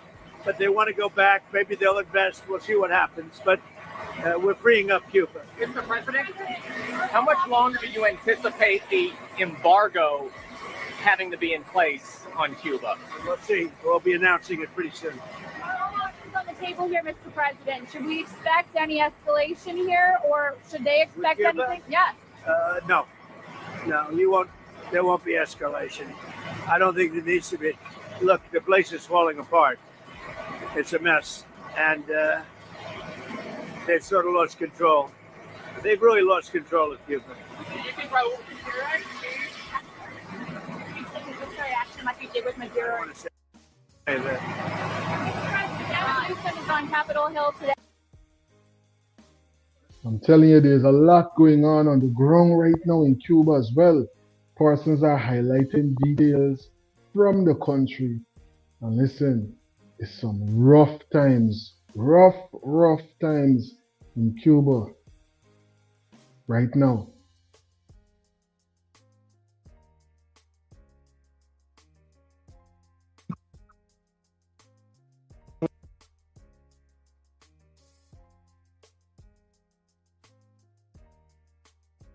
Yeah. So you want to grab some, or you finish your bread? These are government ration stores.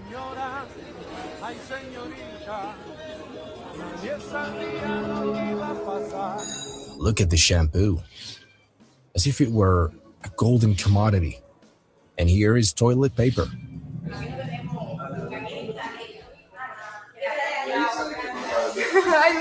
Look here.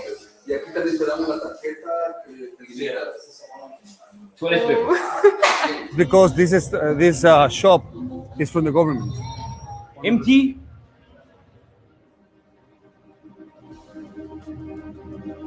On the other side, there are stores that sell in dollars. So this market is for rich? It's mostly for high middle class and rich people, because not everyone has access to the dollars. So this is the place where the rich people come. Now look at the difference between the government supermarket and this one. Each serves a completely different reality.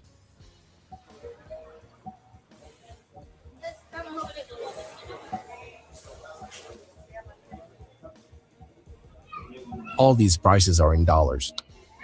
Look, there are no American products at all. Not even Coca-Cola. This one is made in Venezuela, made in Vietnam. This one is made in Spain.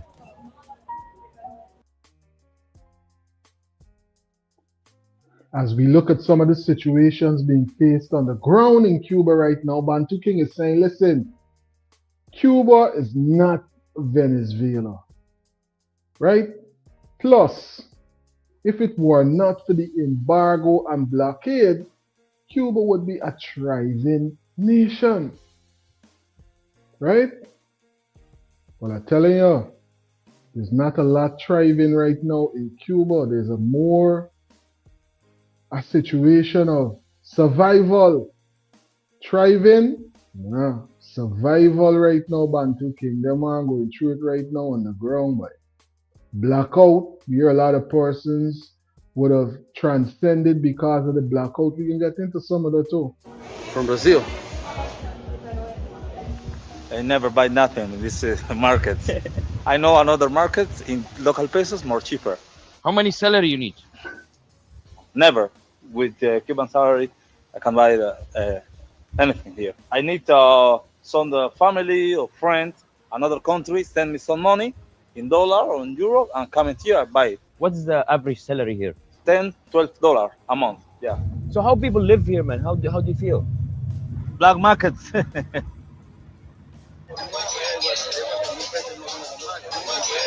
This is the black market in Cuba. People come from all over the country to this market, the black market. You'll find a huge amount of goods that slipped in illegally.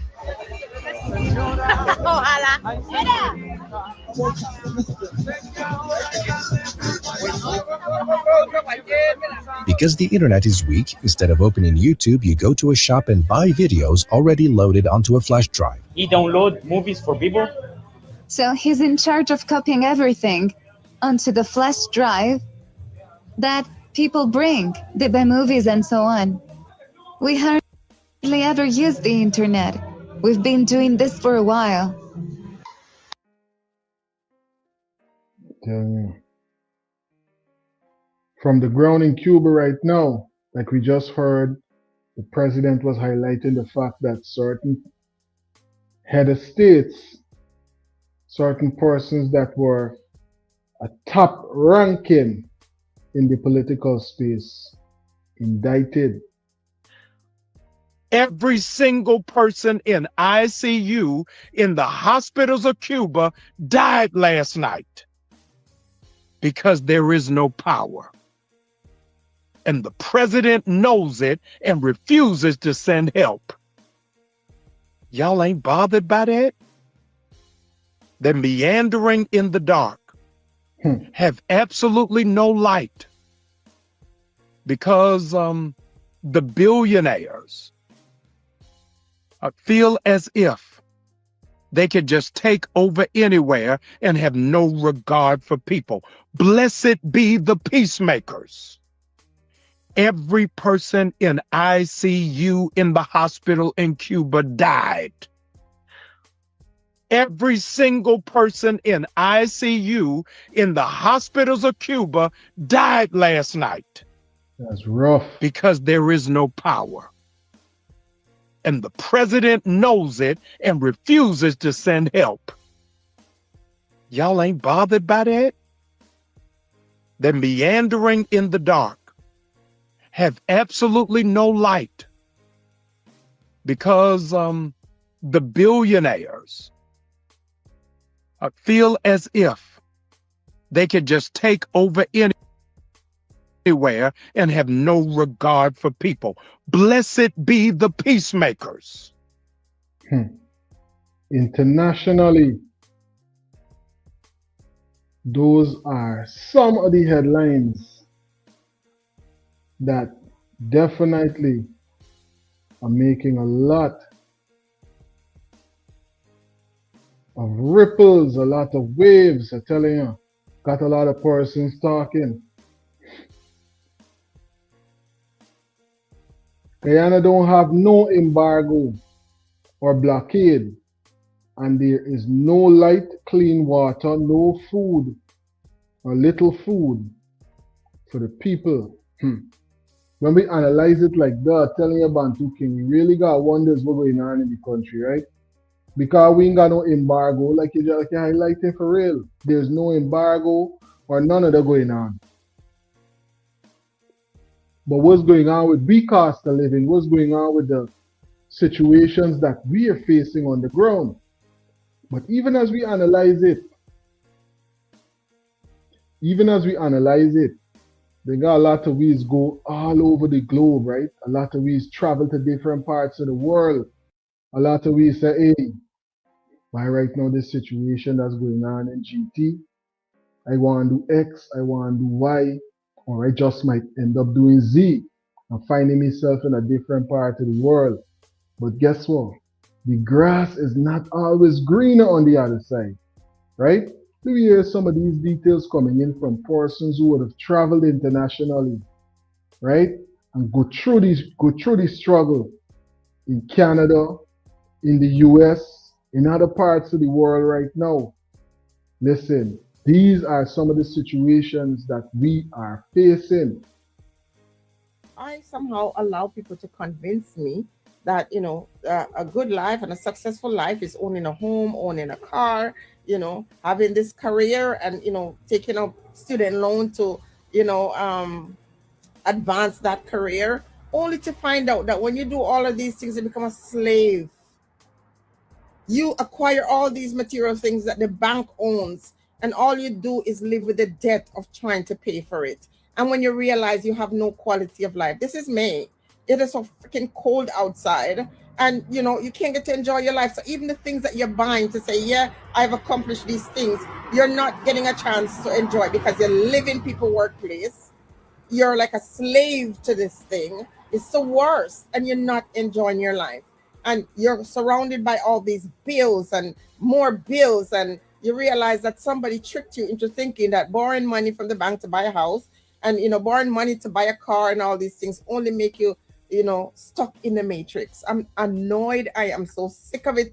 And at the end of the day, you get sick and you're not living any quality of life. Now, if you want to leave from wherever you are in the world to come and experience this, I'm not going to tell you to stop. I'm just sick of it. I'm sick of living in Canada. I'm sick of feeling like, I need to be released from this bondage. And I'm not alone. And it has nothing to do with color or creed. It has a lot of people are living here in Canada and they feel like a slave. They're not enjoying their life. They're miserable. And some people can't even escape because guess what? Financially, they're not able to get out of their situation. And when they tell you, purchasing a home, one of the biggest, achievements in life, you find out that, listen, all it does is keep you in bondage. I'm so sick of it. And freedom for me means an escape from living like this, where you have the illusion of success and all you do is not enjoy life. When you live here, June and July, before you kind of see the sun comes out and you're warm, and you only have a few months and before you're back to it. I'm sick of it. So I'm not telling any Jamaican, and I'm not telling anybody, because they always mistake when you complain. And for those of you who are going to come and say, why don't you leave? I'd love to. And sometimes it's not that easy. When you get to my age and you put in so much time and you work hard to achieve certain things, and when you see it slipping through your hand, if you don't stay on the plantation, it is very scary. So you end up staying longer than you should. I'm sick of this life. Canada is not the place it used to be. Canada invite all of these immigrants into this space, and before you know it, people who have been here paying taxes for decades are left in the side, even though they have worked hard. And people who never contributed nothing, they come here, bring them, take the jobs from the people who are already here for decades and paying taxes. And now, I feel sorry for myself, and I feel sorry for all the other people who have done all the work and now should be benefiting. In Brampton right now has the most people losing their homes. Here were the sisters highlighting right there. We all think about that, Delta 9 travelers. Bantu King is saying America thrives on debt. Big up yourself to Let's Talk the Things. Thanks for being a part of the live. One love every single time. Big up yourself.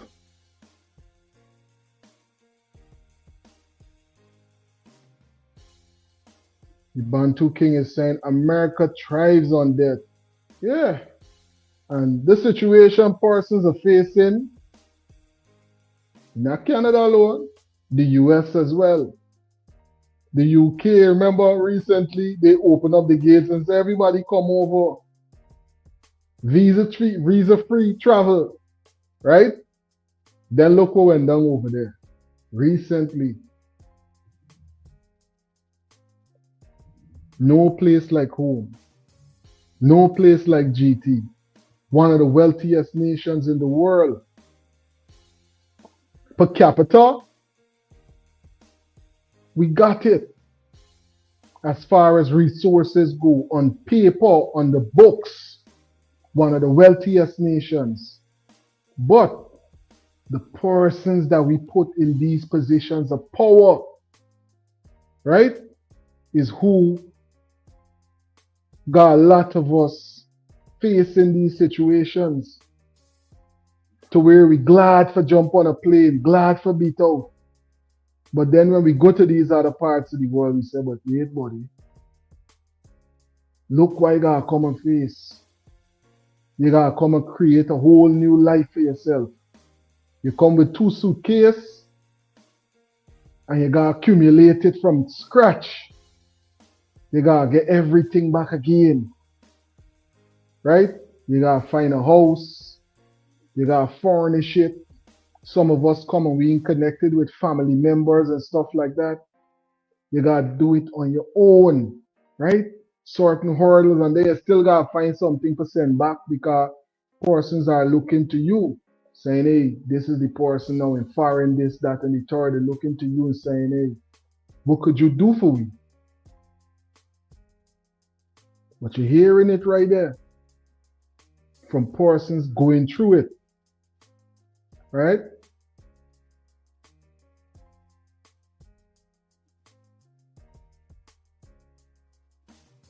See, talk the things is saying he never know that it was so in Canada. Hey, telling you, it's serious. Serious times. Pick up yourself. And thanks for dropping those insights into the comment section. Nigella is saying good night. It's all over the world. All over the world, persons are highlighting that they're going through certain things like this. People who work sometimes 2-3 jobs. People who are doing everything to hold on to their shelter. It's a damn disgrace. And I just don't want to be the one to contribute to the illusion of being happy or this being that wonderful place. You're better off living somewhere in a 1-room board house where you feel freedom and peace and not feel like a slave. So many people are dropping down in their workplace, trying to hold it together.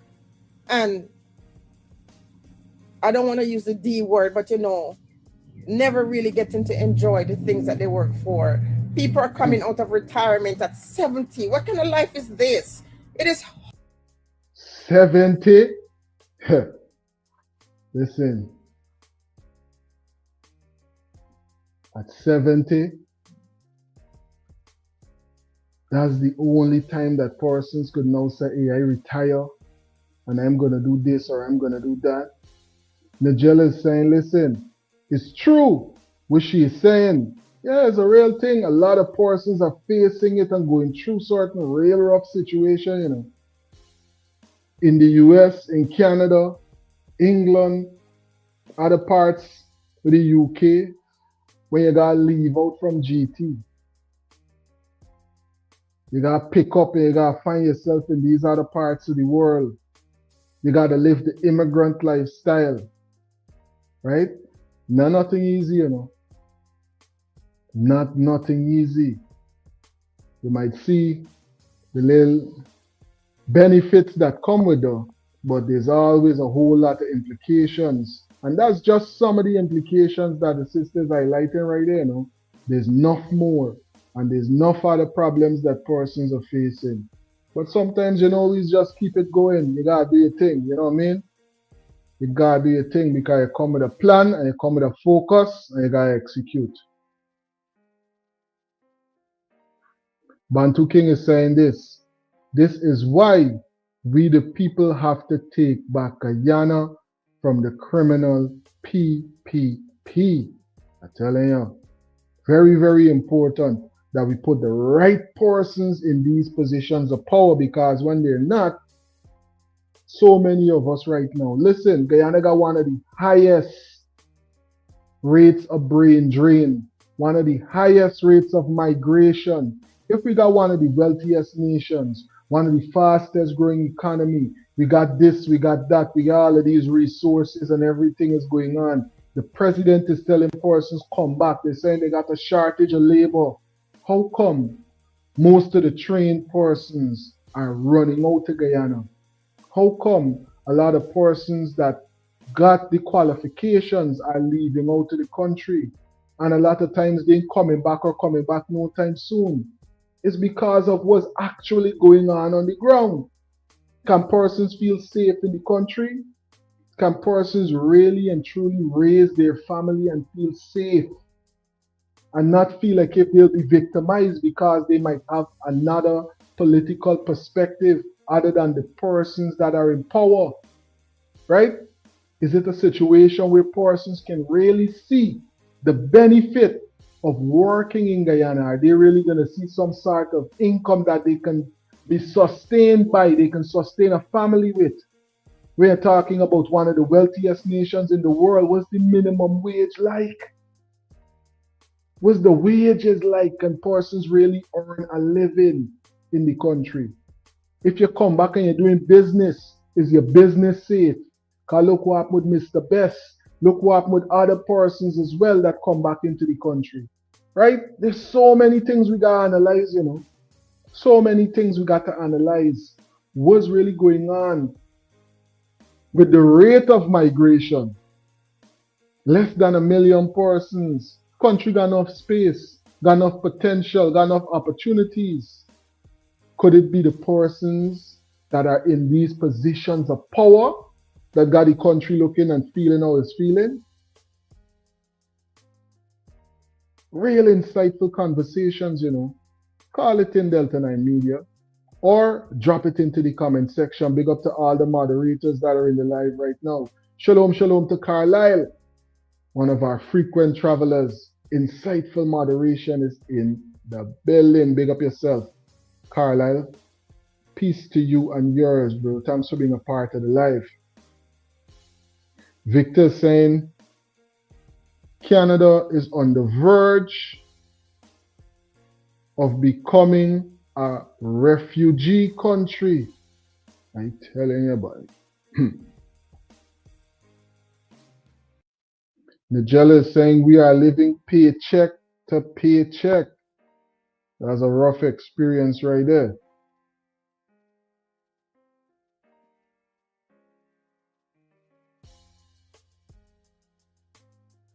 Big up yourself, Carlisle.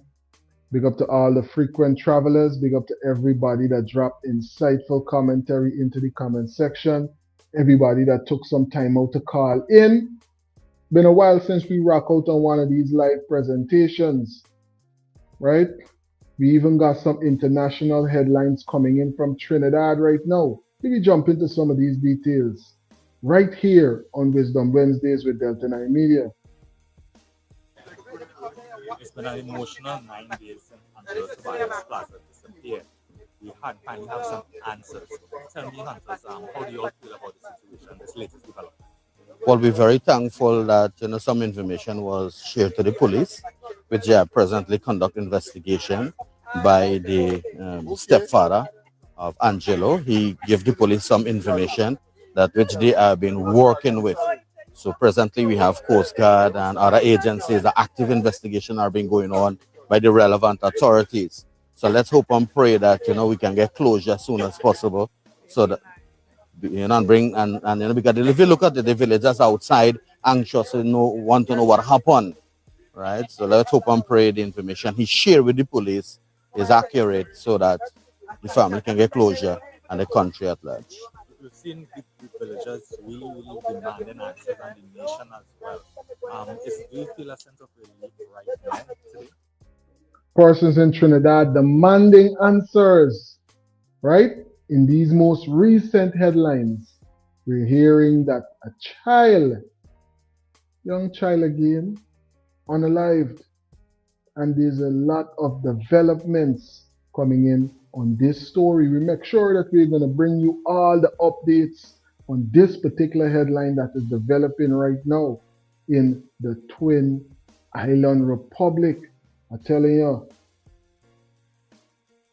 June, thanks for being a part of the live. June is saying it's a trap if you don't have a timeline on when you want a peaceful life.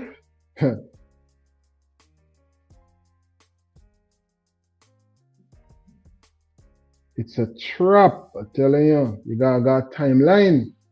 You gotta got schedule. You gotta got plan, right? Greetings. You're on to Delta 9 Media Live. Big up yourself, King. What's going on?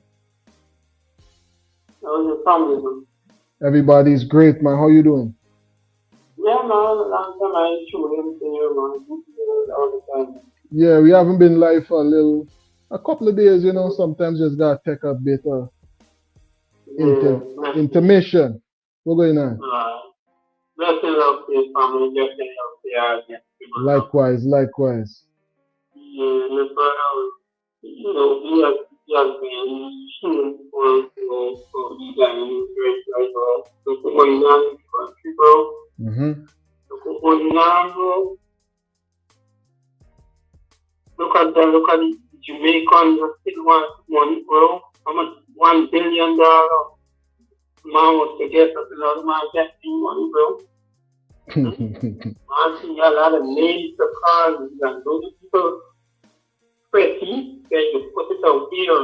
Yeah. Man said it's the biggest corrupt country you ever visited, bro. Yeah, but still these persons are being placed in real positions of power. The same person, he don't call a particular person name, you understand me? But this person was still placed in this position of power in one of the most lucrative regions in our country. Yeah, Region 4.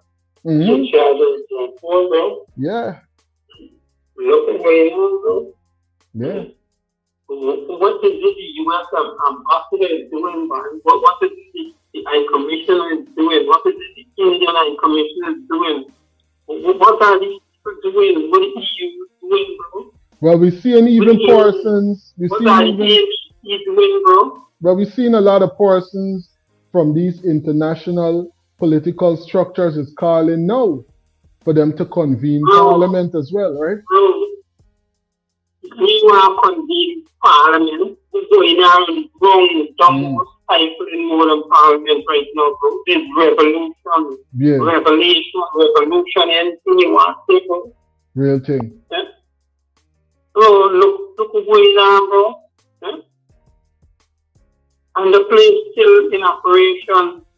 Do everything. Look at the nightclub. Who are them people recently, them 4 years or 6 years. The nightclub gets shut down, bro. Now this man gets 48. National man still doing business, bro. Yeah. What are we doing, bro? And it's the really funny thing about that, bro, is that the president himself went up there and commissioned the place 3 years ago, bro. Them man ain't got no respect for Ali. It comes from immigration, it comes from everybody.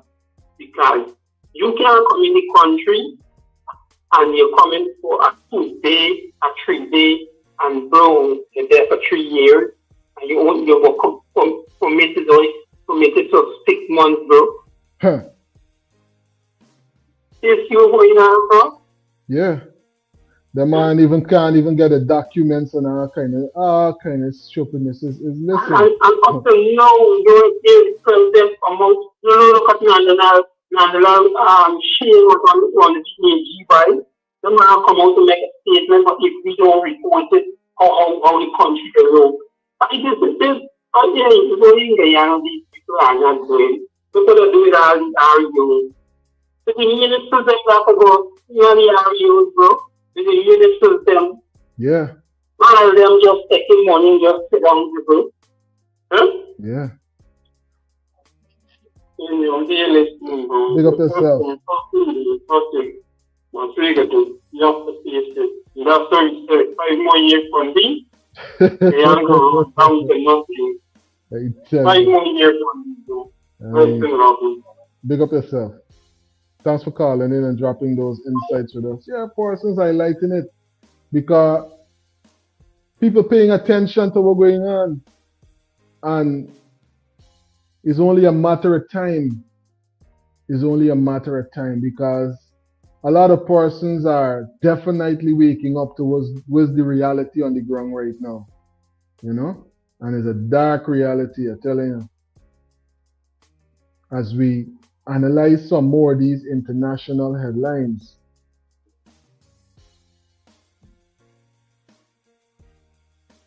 Nigella is saying, yes, that's true.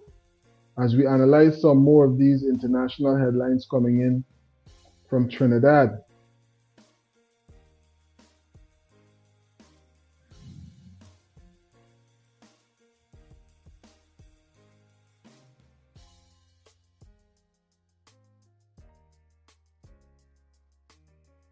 Yes, share information that which so that it will not end up to all these days of 9 days get a lot of resources were spent outside community on the edge country want to know what's going on, but we must say thank God that at least he start to share some information with the authority that can help to bring this case into closure.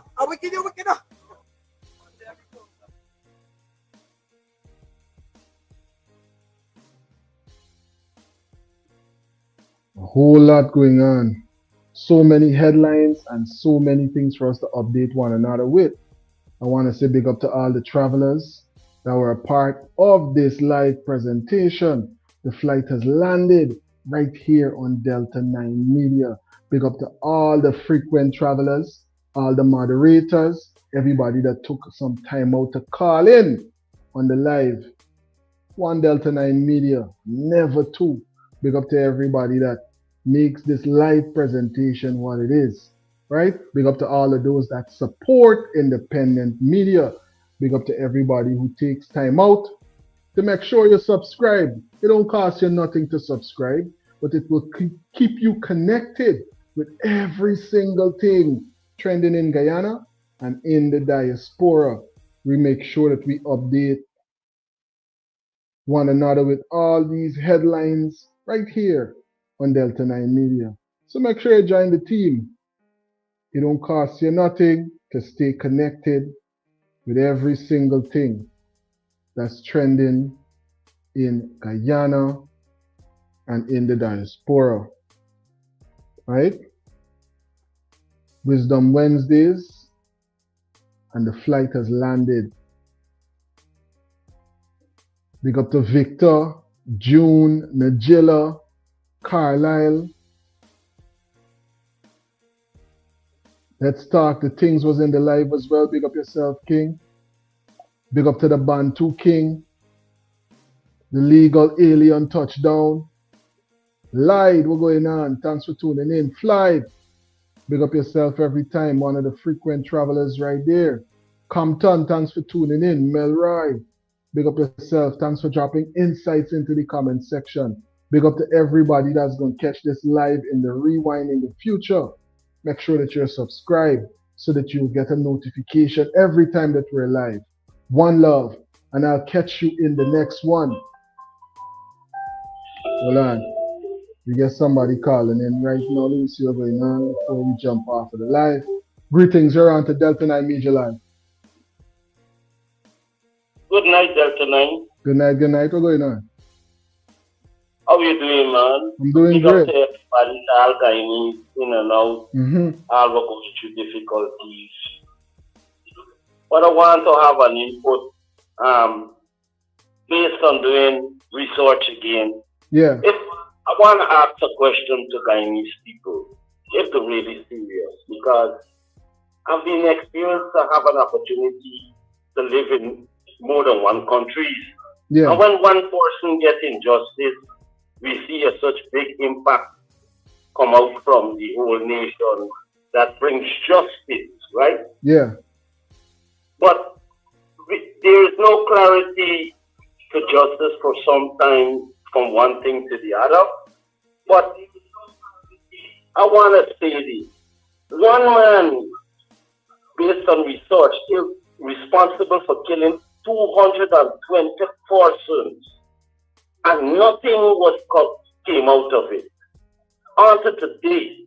So, in my expectation, do you feel one person or two persons getting shot in justice if justice would be served? Thank you very much, brother, for listening. Big up yourself. And And thanks for calling in. Same to you. And dropping those insights with us. I'm telling you, that's the $10 million question right there. Will justice ever be served? There's so many situations we gotta ask that question about right there, but I'm telling you. One love to all the persons that took some time out to call in and to make this live presentation what it is. Big up to all the moderators. And remember, you are the ones that make this channel what it is. And if you're looking for an independent way to support Delta 9 Media, then definitely consider supporting the sponsors of the channel. Consider supporting those who advertise with us, and consider getting some of the channel merch from delta9media.com. Right? Big up to every single person. Thanks for being a part of the live, and I will catch you in the next one.